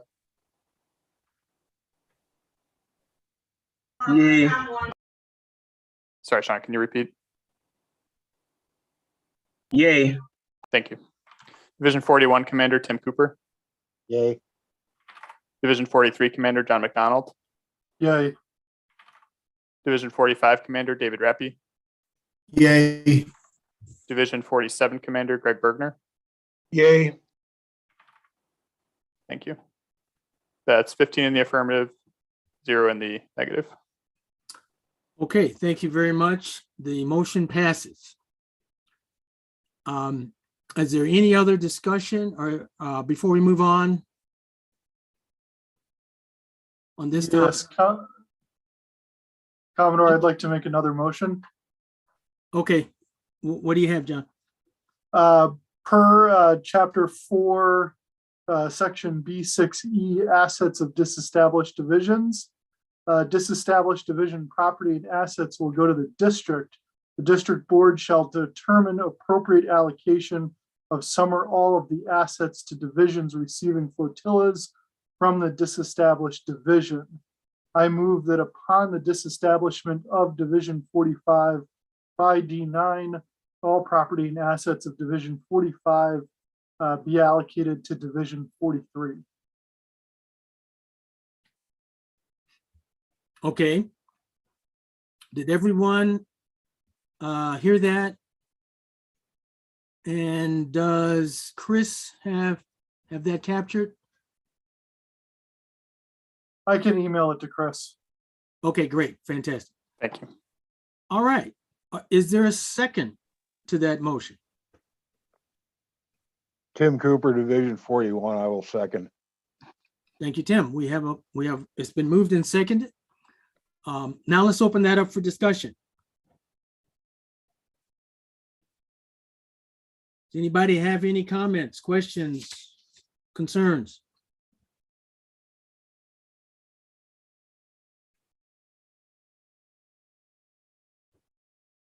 Okay, calling for the question. Once again, Chris, could you go around the room, around the horn? Commodore, you have a hand up. Oh, I'm sorry. I wasn't focused. Let's see here. That was me. Go ahead, Sean. I just was making sure there's an accounting of everything and nothing's supposed to go to district. Say again. I'm sorry. You were making sure that there was an accounting. There's a final accounting, and nothing is it's nothing supposed to go to district. You mean that there is nothing in their property that belongs to district? Is that what I'm hearing? Correct. Okay, so this really speaks to the Form 7025 for Division 45. So let me pull back in Todd Nitz to talk to that. Do we know, or is it obvious from the form, especially I'm hearing the inventory side of the form, that all of the property of Division 45 actually belongs to Division 45? So I would want to review their 7025 that was recently submitted and work with the receiving division to see if there are anything in question. I don't expect any. And then I'll point out, since I have the floor, that of course, under the Ox manual, their cash would go to district, but I assume you're voting instead to send that to the receiving division. That's true, right, John? Yeah, so the motion is all property and assets of Division 45. So it does not affect any property or assets either that the Coast Guard owns, it's held by the division, or the district owns, it's held by the division. Okay, so let's bring in Dave Rappy, and maybe Dave, from the top of your head, I know you may not have the form in front of you, but from the top of your head, do you know if there's any inventory that belongs to district, to answer Sean's question? As far as I know, there aren't any things that we had that are district owned.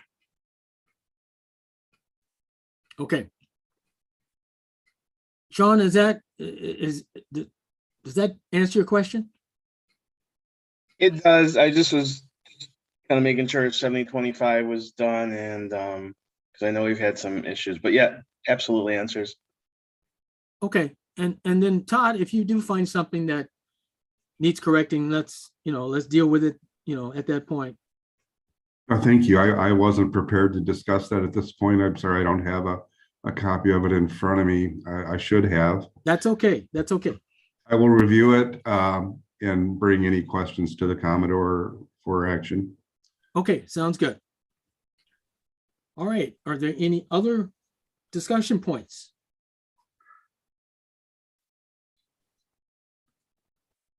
Hearing none, I'll call for the question one more time. Chris, back to you. All right, District 95 Commodore Harvey Randall. Yay. District 95 Chief of Staff Sonny Thatch. Yay. District 95 Immediate Past Commodore Tom Mullally. Yay. District 95 Area Captain East Rob Kumpf. Yay. District 95 Captain Area South Tim Derry. Yay. District 95 Captain Area West Peter Kapinski. Yay. Division 31 Commander Rick Hamilton. I'm Yay. sorry. Thank you. Division 33 Commander Jen Austin. Yay. Division 35 Commander John Sarin. Yay. Division 37 Commander Craig Feldy. Yay. Division 39 Commander Sean Landa. Yay. Division 41 Commander Tim Cooper. Yay. Division 43 Commander John McDonald. Yay. Division 45 Commander David Rappy. Yay. And Division 47 Commander Greg Bergner. Yay. That is 15 in the affirmative and 0 in the negative. Very good. Thank you so much. The motion passes. And the recommendation will go forward to Captain Floyd via Commander Gibson. And then their decision will be communicated as soon as I have it. Okay, next point of new business is a proposal that's on the table to acquire a mobile communications center. And I'm going to ask Chief of Staff to give us a brief background on this one. Thank you, Commodore. Good afternoon, everyone. So as part of my duties as Chief of Staff, I supervise Mike Veneer as DSO Communications. And Mike was approached by the Wisconsin wing of the Civil Air Patrol to present to us an opportunity. This information has been shared over the last several weeks with the members of the district board, the DCDRs, and the XCOM. But as a brief summary of the opportunity, it's a 2005 Winnebago van, which has been converted to a mobile communications center originally utilized by the Civil Air Patrol, and is being offered to 9th Western at no cost for the transfer of ownership. It will be executed by a title transfer. Essentially, the vehicle is housed at the Wisconsin Air National Guard based in West Bend, Wisconsin. And if we are going to accept the vehicle, we would obviously retrofit it from Civil Air Patrol to make it a Coast Guard auxiliary asset. The vehicle is immediately available, and some of the deployable missions that that the vehicle would be utilized for are multifaceted. Essentially, it would serve as an additional response command center for Sector Lake, Michigan. Also could be deployable to neighboring auxiliary district regions as well. It will serve to grow and expand our own auxiliary communications program and communication support to the active duty Coast Guard. It can be obviously used as a public affairs facility as well.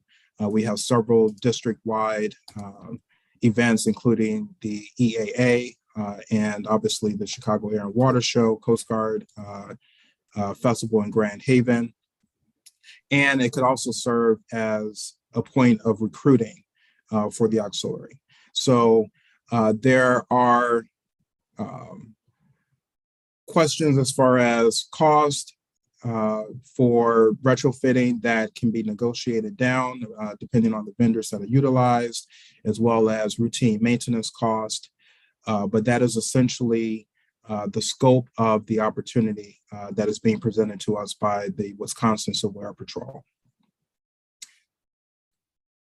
Okay, thank you very much, Sonny. For those of you who did not get the opportunity to join us, Sonny had a question and answer call earlier last week to socialize this concept even further. It's been out for a while now. We've been sharing documentation. I have to give kudos to Mike, because Mike has done an absolutely thorough job of collecting information, doing homework, background research, and that's been communicated for some time now. So all of the board has seen this. It's not a totally new concept at this point. We've actually hammered on it for quite a while now. So at this point, I'm going to entertain a motion relative to our acquisition of this mobile communications van or trailer. Motion, Tim Derry, DCAP Area South. Okay, go ahead, Tim. Second time O'Lally, the immediate past. Tim, did you want to read the your motion so that we can capture it so Chris can get it in the record? I will, Commodore, and I can also forward it to him. I have it in an email pending. Okay. Move to acquire the mobile communications center at zero cost to 9WR from the Civil Air Patrol in order to explore the permanent utilization of the vehicle to support auxiliary missions across the district. To commission a study group consisting of representatives from division and program management leadership to determine a realistic estimate of annual costs and benefits. Charge the study group to deliver a recommendation to the district board to either deploy the MCC supported by an operational plan complete with funding, or to dispose of it by the most expeditious means. The timing of the study group's recommendation to be consistent with a final vote to be taken at the fall 2022 district board meeting. Okay, thank you. I did hear a second. I believe it was Commodore Mullally. Is that right?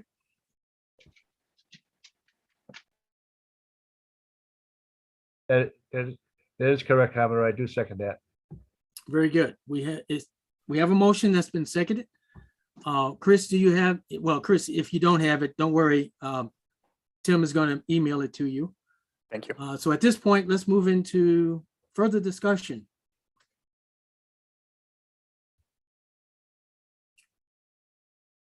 Would anyone like to add questions? Okay, I see John. John's iPhone. I assume that is John. Saran. Yeah, Saran, sorry, okay. I didn't rename it when I joined after the break. Has there been any updates to some of the questions that were posed during the week in terms of storage, essentially related costs that could be incurred between now and fall. And then also in terms of immediate disposition, in case we don't want it at the district, has there been any updates on the ability to, and where would it go essentially? Okay, does anyone want to field that one? Commodore, if I could weigh in, please. Tim Derry, DCAP South. Go ahead. Yesterday, although there's a number of storage options available that we're looking further into, but yesterday we did receive a definitive answer from Chief Wazorek, who is the officer in charge, Station Kenosha, Station Wilmette. And he did agree that given that we were not able to secure storage elsewhere, that one of the stations in Wilmette would be his preference, given that it's a seasonal station, would be a viable alternative. He did indicate that it really wouldn't present any problem, especially given that Wilmette is now seasonal. He says certainly in the off season, there's plenty of room for it. There are some other options out there. I know that Division Commander 39 Landa had spoken with the Cook County Department of Homeland Security and had said that they would not only store it, but they would be interested in acquiring it if it turned out that we were going to be disposing of it. And I think there were some other options out there, possibly Commodore Mullally. I think you had an option.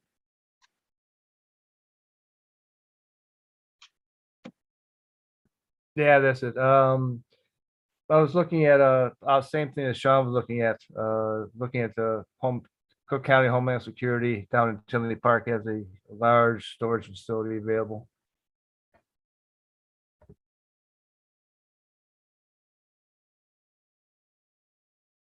Okay. Got Other it. So comments? I guess, Go ahead, John. I'm sorry. so I guess to the best of our collective knowledge, there shouldn't be any costs incurred by the district until there is a vote in the fall. Is that accurate? Was that the intent of your motion, Tim? That there would be no money spent, or that would there be money spent, but perhaps not on storage? I think per our discussion, we had agreed that it would not be necessary to spend district money at all.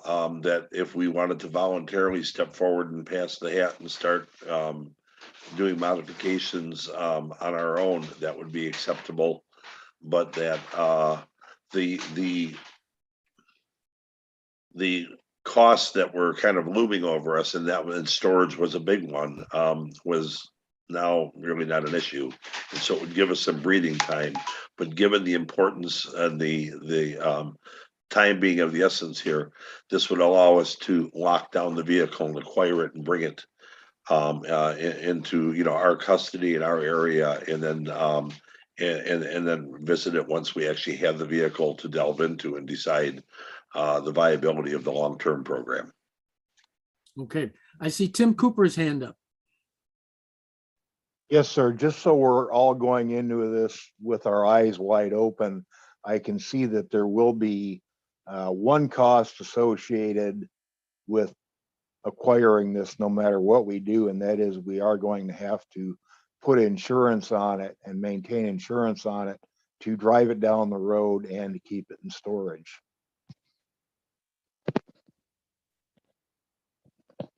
Okay. So noted.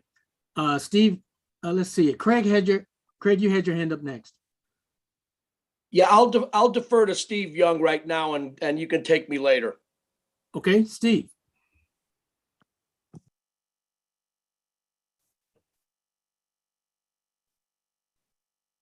Steve, you have some comments?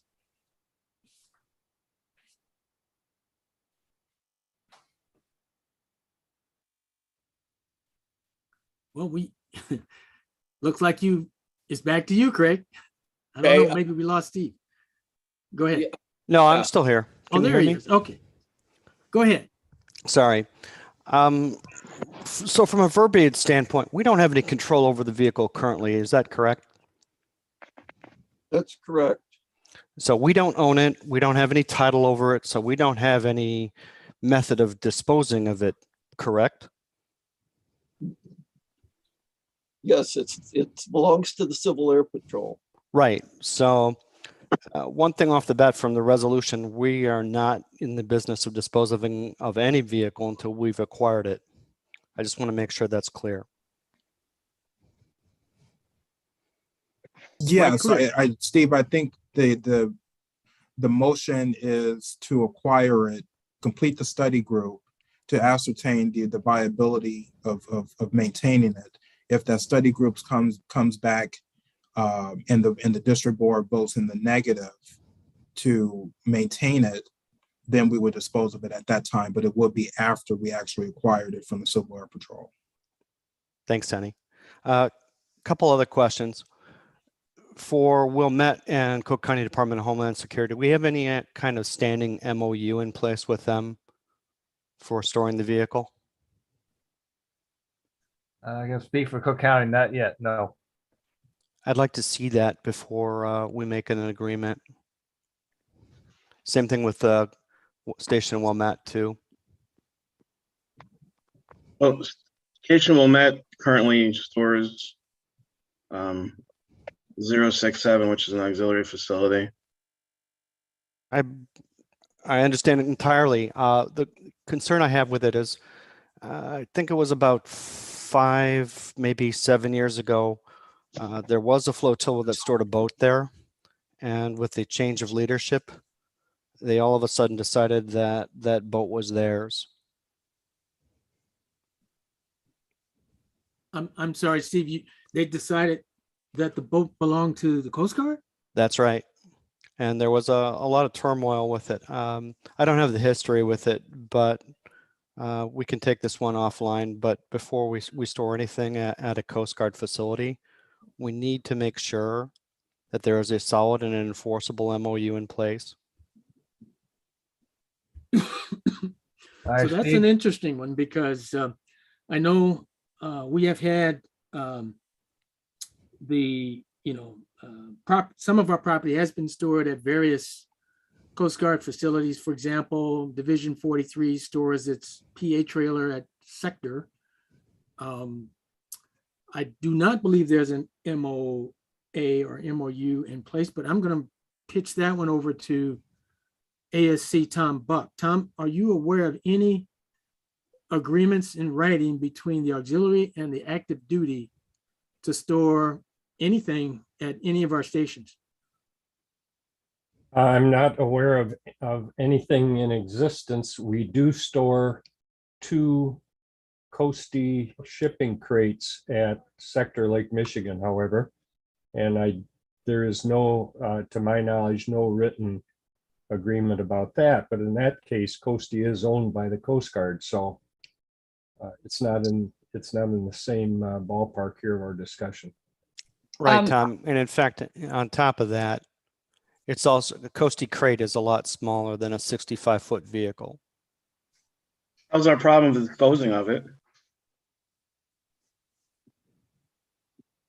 Okay, so Bobby, just so you know, Shelley Markle, I think Shelley, you got something about the PA trailer and Shelley's got, I see Craig's hand is up and Shelley as well.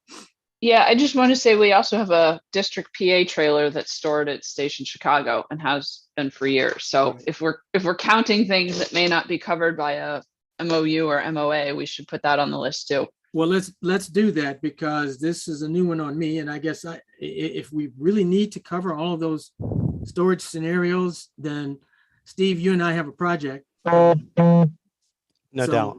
And I guess one last question is, should we acquire the vehicle, how are costs going to be shared across the district?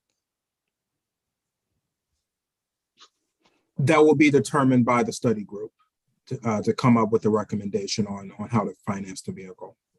And that is covered in the motion as stated. Okay. I just want to make sure that, if there's a smaller division or smaller flotilla, that they're not going to get socked with a $2,000 or $3,000 maintenance bill every year, kind of like. Especially if they don't get to use it. That's right. Because I don't really see much of I'm curious to see how this would affect the eastern side of the district given that it would be quite a drive to get it to most of the places here that might be able to use it for those events. So it seems like this is kind of I just don't see it being a useful investment for the entire district. Perhaps a division should purchase it, but yeah, I'm not sure. I have a lot of questions. Well, no one's purchasing it. Sean, if we pay for this thing and it becomes a district asset, that means that the district owns it, which means we purchased it. Because we're going to have to keep it, we're going to have to maintain it, we're going to have to fuel it, we're going to have to insure it, we're going to have to retrofit it with the radios. All of that comes at an expenditure that the members on the east side of the lake have to pay for if it's a district asset. Not the expenses you're just quoting, Rob. The radios are already donated. The expenses you're looking at the drive over there, well, I can tell you the color guard comes from the west side of the lake all the time over to Grand Haven anyway, so we drive over there under Coast Guard orders. Right, but what if they're not coming over there? What if we need it for an event that we're not going to have the color guard for? How would that be processed? All right, then you get orders. If I could step in as a maker Go of ahead, the Tim. motion, please. Okay, yes. So what we're Tim? doing- The motion is to acquire it and then create the study. And it seems as though what we're trying to do is bypass the motion and go right for a final decision that we've already have established via the motion would be determined over the course of the year and then voted on in the fall of 22. But to acquire something before knowing how we're going to use it and afford it seems like we're doing it backwards. So the motion. I agree, doesn't Rob. seem correct. I agree. So hold on, let me recognize Craig because he's patiently been waiting to say something. Go ahead, Craig. Thank you, Commodore. The thing I wanted to bring up is who would be on the committee that is exploring this? I would like to know, I mean, because I feel that the people that make up the committee are going to be very important as to how this would go. Tim, do you have a vision? I would imagine that we would create a group of people that were interested in participating. And the whole idea is the committee does not have the decision to either make the decision to retain or dispose of this vehicle come fall. They have the obligation to research it and report it. The reason for the motion today is because time is of the essence, is we're going to lose the opportunity. Technically, we lost the opportunity on New Year's Eve this year, per Mike Vanier's communication with the Civil Air Patrol, and it's been held over until today. So the motion was crafted as a way for us to lock it in and to have the benefit of having the vehicle before us and be able to, you know, research it and look at what it needs and look at how it will service and look at what the cost is going to be serviced, and then report back to this very board and then vote on it in the fall as to when we have, you know, finite dollars and finite proposal of the potential use of the vehicle. Okay. Yeah, so to answer Craig's question, as I read it, it looks like it's a combination of elected leadership representing the divisions and program leadership representing the various areas like, I don't know, Tim, PA. Operations, recruiting, communications, you know, so whatever. So it would be a cross-functional team that would, again, I'm reading what I'm reading because you sent it to me by email. What I'm interpreting it as, it's a cross-functional team that would look at really answering a lot of the questions that still are kind of up in the air today. Commodore, if I could just add one more thing too before we go any further on this. I'm concerned, the SOLP's comment about the Coast Guard wanting to keep a boat. I mean, I've been in the auxiliary going on 9 years, and I've been active in operations for 8.5 of those 9 years, including being division staff officer for operations at 39, which is Wilmette Harbor. And I also sit on the board of the nonprofit organization that owns that boat that's stored at Wilmette Harbor, and I'm completely unfamiliar and flabbergasted with the concept that the Coast Guard at one time tried to take that boat from us. I have no knowledge of that, and I really am concerned about that kind of being on the record, because I have no knowledge, and we have other board members in this group too, that I via text message, we're all concerned about that information. Maybe it was a different station, but to my knowledge, it certainly never happened with that boat that stored at Wilmette Harbor nor at Wilmette Harbor. So let's take that one offline, and maybe between you and Steve, do a little homework, a little research. Let's see if there is really a valid concern there. But again, this is the kind of thing that I'm envisioning reading your motion would get, fleshed out by that study group. And if that's a real risk, then we need to know about it. If it's not a real risk, maybe there's some other nuance that we're not aware of, then we need to know that as well. I need to go to Sean next, and then after Sean, Todd. Sean. Two things. One is I'm a little concerned that we got it. I'm a little concerned that and I have nothing but respect for Steve Young, and I personally get along with him very well, but I don't understand. We're almost kind of concerning ourselves with problems before there's a problem, and I don't see why we're doing this, but we're going to lose our opportunity to acquire the asset if we don't acquire it now. The second thing is, it sounds more like there's a concern on the west side of the lake that they're not going to have equal access to it as the east side of the lake. I think the only reason why we're saying is we're storing it on the east side of the lake is because we came up with a storage solution. I don't think it's because we necessarily care what side of the lake it's stored on. So we need to make sure that it doesn't become, and I agree, it doesn't become the units on the east side of the lake asset, whereas the west side of the lake never sees it. But I think that's also something for the study group, and so we can make sure that it's fairly used and scheduled. I think it would be great at different events. It's a giant billboard for the Coast Guard Auxiliary. If we never turn a radio on, it's going to be a huge draw for recruiting, and we definitely need to be recruiting now. Okay, Todd, you're next.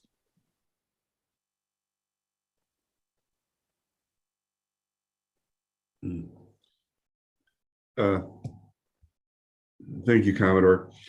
In the meeting on this subject the other night, I shared that I felt it would cost about $5,000 a year to operate and maintain this asset.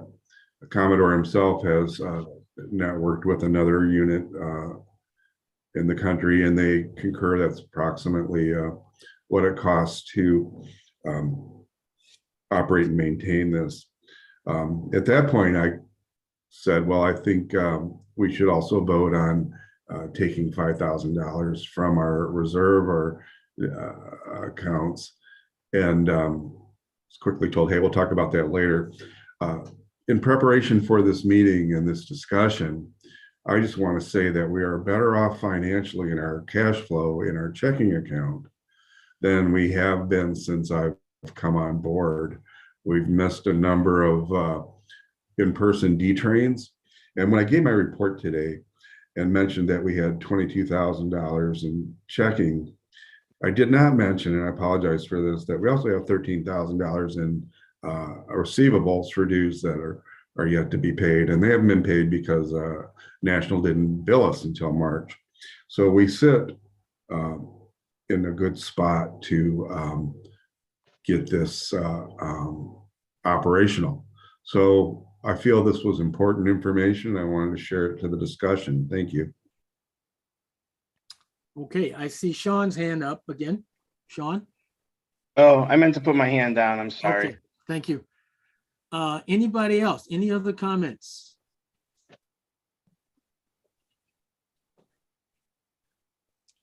Commodore, I guess I'm getting conflicting messages here. If it's set aside 5,000 from the district funds to spin it up in this initial evaluation year and also pass the hat, I mean, I'm not comfortable going into anything that starts a conversation with pass the hat to do something about it.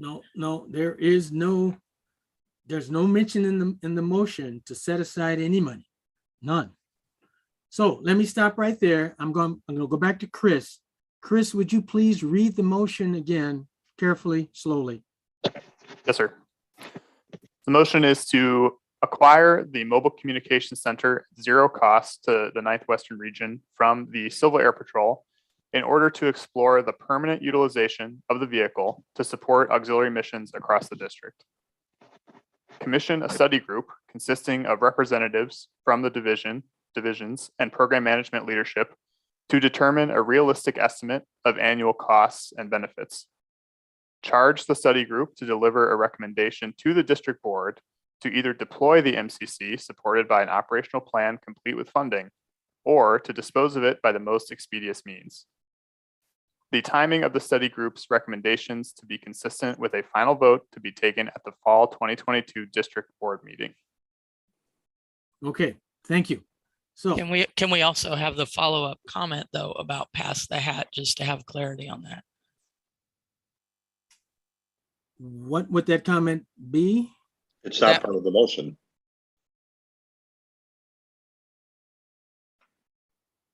That was the follow-up comment, that to take it on board, there would probably be the need to pass the hat to get it set up initially. There's been 15 minutes of follow-up comments. What we're talking about is the motion as the DSO SR just read it. So is I think if I may interject, I think what Jen is saying was, I believe, Tim, you did make a comment potentially as a recommendation that could come out of the study group. But I think it was only in that context. So you're correct. Later, That was made subsequent to my making the motion and when we got into comments and discussion. Okay, Is so there yeah, so a reason? Is there a reason why the divisions that are interested in this can't take possession of it right now, do the feasibility study, and then push it over to district? Why does district have to do this? I think I can answer that one. I don't believe Civil Air Patrol will deal with a division. Correct me if I'm wrong, Mike. The Civil Air Patrol has headquarters has granted the permission to sign over the title to the logistics officer in Wisconsin to the 9th Western District. That's the only authorization that they asked for. Were they asked if they could sign it over to a division materials officer? No, of course not. We don't actually know if a division could take possession of it. I think that's the first thing that should be determined, because I don't understand why the district's taking possession of this vehicle without the study being done. So well, it was initially offered in October, and our credibility with the Civil Air Patrol is at a minimum, because we haven't been able to make a decision on a zero cost transfer for a single vehicle from their fleet of 600 vehicles. They're going to dispose of it. And they're mystified why we are unable to make any decision about it. Second thing is that realistically, if you intend to acquire this, you have to pay for the title and licensing. You'll have to have insurance, and it's inevitable that you have to do some maintenance this year, because otherwise it just sits idle. And motor vehicles don't do well if they're not operated. So then I would like to make a motion to amend the initial motion that the district takes it and then immediately transfers the ownership of that vehicle to Division 39 until the feasibility study is done. okay, all right. So it's been a secondary motion has been made let me try to paraphrase, for the transfer to happen in two steps. First, the Civil Air Patrol to 9th Western, and then 9th Western to Division 39. And then we proceed with the remainder of Tim's original motion, which would be commission the study group, come back with recommendations. Correct. Is that correct? Yes, sir. Is there a second? I will second that. All right, I heard a second from John McDonald. Yes. Okay. Now, is there further discussion on that motion? We'd be, Commodore Tim Derry, would we be then incurring the expense of titling it to 9th District and then retitling it to Division 39? Or could we simply do it with an understanding that Division 39 would bear any expense leading up to decision whether that's transferred or whether the district would retain it? I believe it would have to be titled to Division 39. But I'd have to check with the lawyer. Steve? That is correct. It would be titled to Division 39. And from a legal responsibility standpoint, I'm not sure how the agreement would be drawn up. I mean, again, so first we need Steve? an agreement. First, we need an agreement in place between Civil Air Patrol and the district. And then we need another agreement in between district and Division 39. See, my question is, would we then bear expense of the double titling and so forth? Steve, Go ahead, you John. can have two transactions. I do this all the time. You can have two transactions happening on the same day simultaneously, and they all, one can take effect like a few seconds before the other, I and then agree. you just title it once, right? So Yep. I think that fixes this issue. But you're right, two contracts, bang, bang, it's in 39's title. I agree. In the state of Illinois, and I'm saying this as the owner of a licensed auto dealership in the state of Illinois, if that's where we're going to title it, that's it's considered jumping title, and it's actually a criminal offense. So all I'm asking is, are we going to title it to Division 39 or to District 9WR, and then turn around and retitle it to Division 39? And then, of course, the possibility is after the study is completed and it's determined it's feasible for the district to take it on, do we then go through the expense a third time of retitling it back to the district? That's ultimately, Tim, what you'd end up doing on it. But yeah, at the end of the day, we would take the title. I'd need an agreement on place first between us and the Civil Air Patrol. And then from there, we'd have to do another agreement in between 9th Western and Division 39, whoever that person is going to be the responsible party for it. And then after whatever study had taken place, then Division 39 would have to retitle it back if they wanted to the district. It would ultimately be a division asset or flotilla asset, depending on how you guys lay it out. I can either use my discretionary fund for the title, or I'll voluntarily pay for the title if that gets the MCC into the system. And if district wants it back, that's fine. If they want us to hold on to it and make it available for the rest of the district, that's fine. I don't see it as an issue, but we're gonna lose if we keep doing this, we're going to lose the ability to discuss this later because we won't have the vehicle to discuss. Okay, That is also true. Let me move to Todd and then Craig and then Steve again. Todd. Excuse me, has Tim agreed to a modification to his motion? We're discussing that right now. Thank you. Okay, Craig? Point of parliamentary procedure, is the ballot on this going to be open roll call? And the reason I bring this up is that because of the contentious nature that I've heard back and forth, I don't want to have any chance of anybody feeling they're intimidated into voting one way or another with a live roll call. Do you understand my point, Commodore? I understand it, but it's an unfortunate scenario. When you're virtual, the only way we know how to do that is through election runner. An election runner has to be set up ahead of time, way ahead of time. Unless Scott Gensimer can work some miracle right here in the next 5 minutes. I don't know how to do that. I don't want to throw monkey wrenches in the way. I just want to make sure that everybody's vote is to their conscience and is fully informed. I agree. I totally agree, but I don't know how to solve that. Scott? Would it be possible, Commodore, would it be possible to send via personal chat to the DSO SR or vote? Steve, would that be parliamentary, proper? That's appropriate. You could do that too. Okay. All right, then we'll That, use. that would be a lot simpler than me trying to do election on it, because probably take me 20 minutes to get that set up That's what I was afraid of. Okay. or more, because I'd have to generate all the keys and then I have to email all the keys out. And Okay, I'm going to call for the question on the second motion.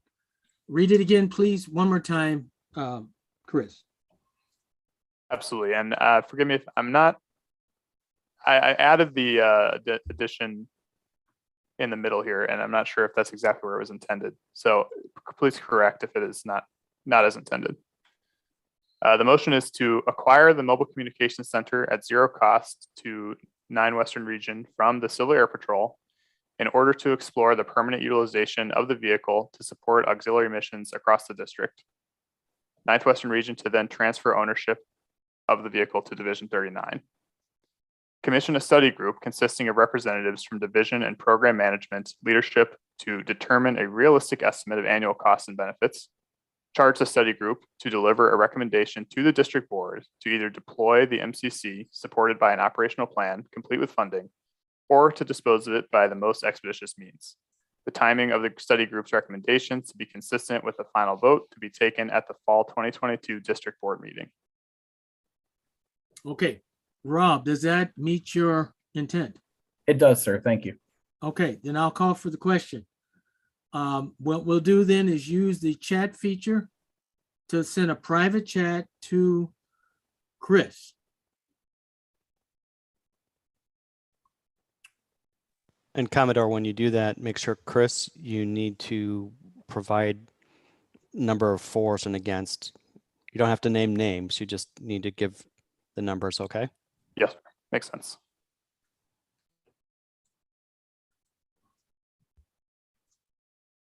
I just want clarification. This vote's for the whole thing, or this vote's just for the, This what is Rob's adding into the middle? No, this is for the second motion. We have to dispense with the second motion before we can come back to the first. Right, Steve?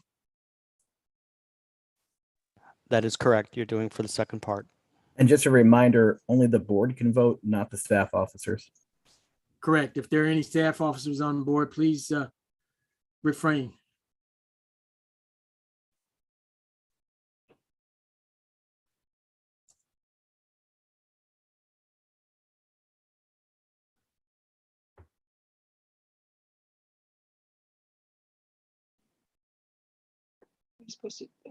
So I have a question. We have not voted on the first motion. We're currently voting on the, You have to do it that way. Robert's rules say that if you have a modification to the what they call the main motion, you have to dispense with that first before you come back to the main motion.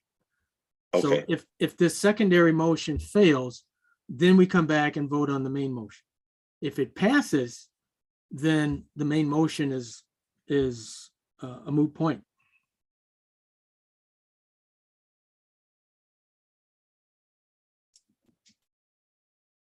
Commodore, who is receiving the votes? Chris Barker.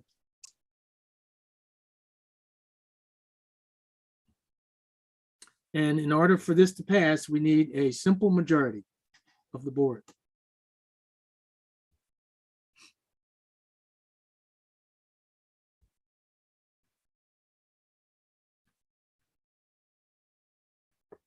And Harvey, if this motion does not pass, we go back to the prior motion, right? Exactly as it was stated, yes.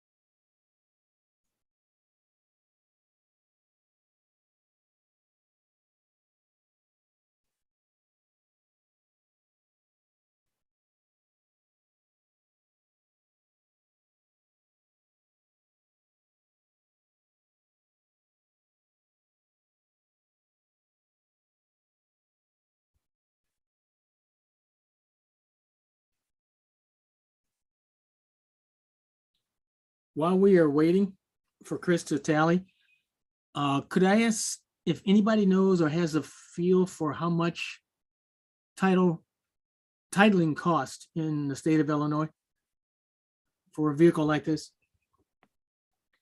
Commodore, this may be less depending on its status as a government asset, but right now the cost of title and new license plates for a vehicle, and that would include an RV, is $306. Okay, thank you.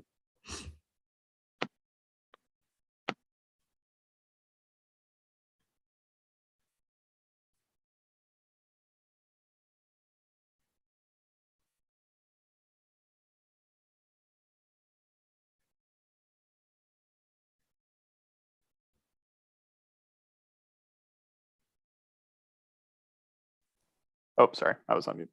The votes are in with the one change that's been made. So in sum, there are 11 affirmative, 4 negative, and 0 abstentions. Okay. So that says the modified motion, I'm sorry, the modified motion passes. And so that because it passes, then the original motion fails automatically. So that should be it.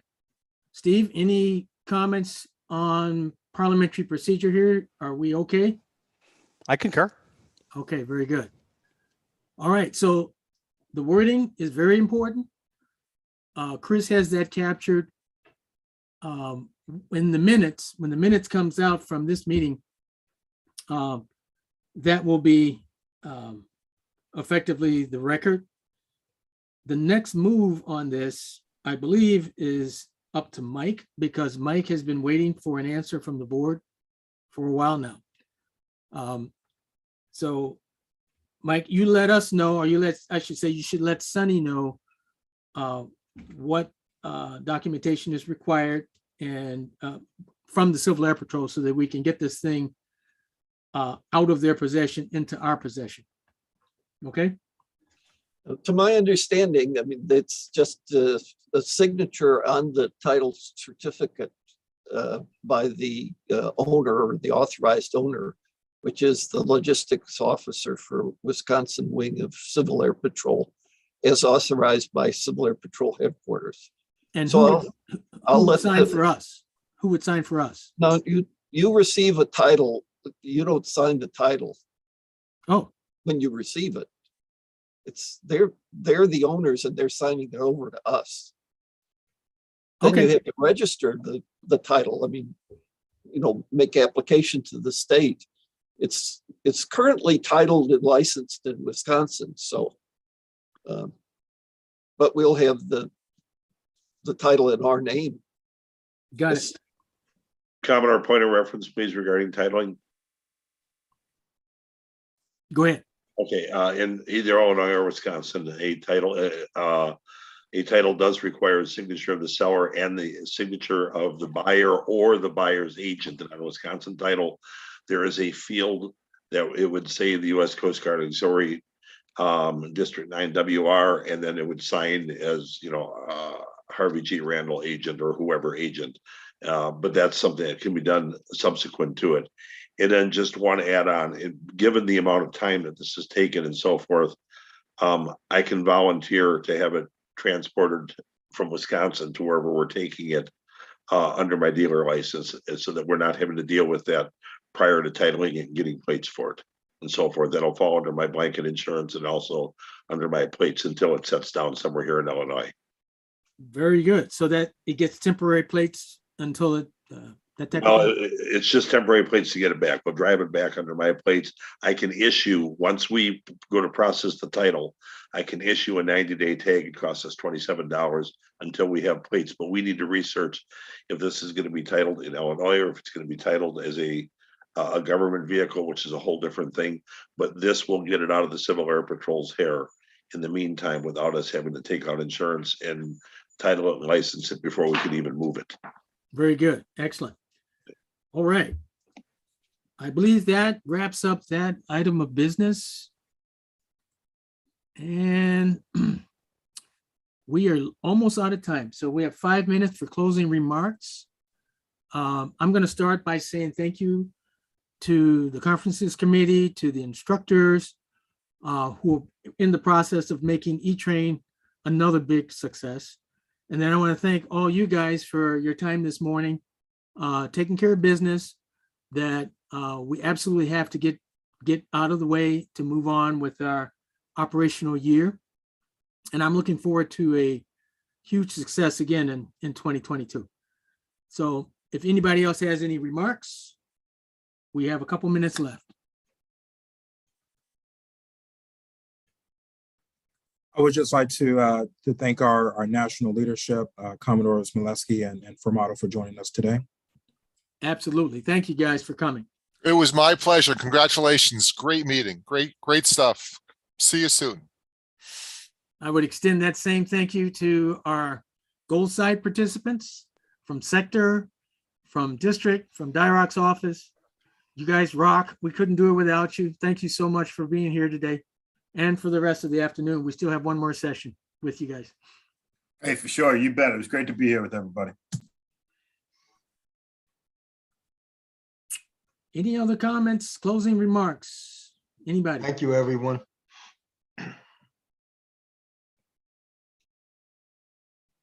All right, Gus, thank you for coming as well. We appreciate your words of wisdom and support.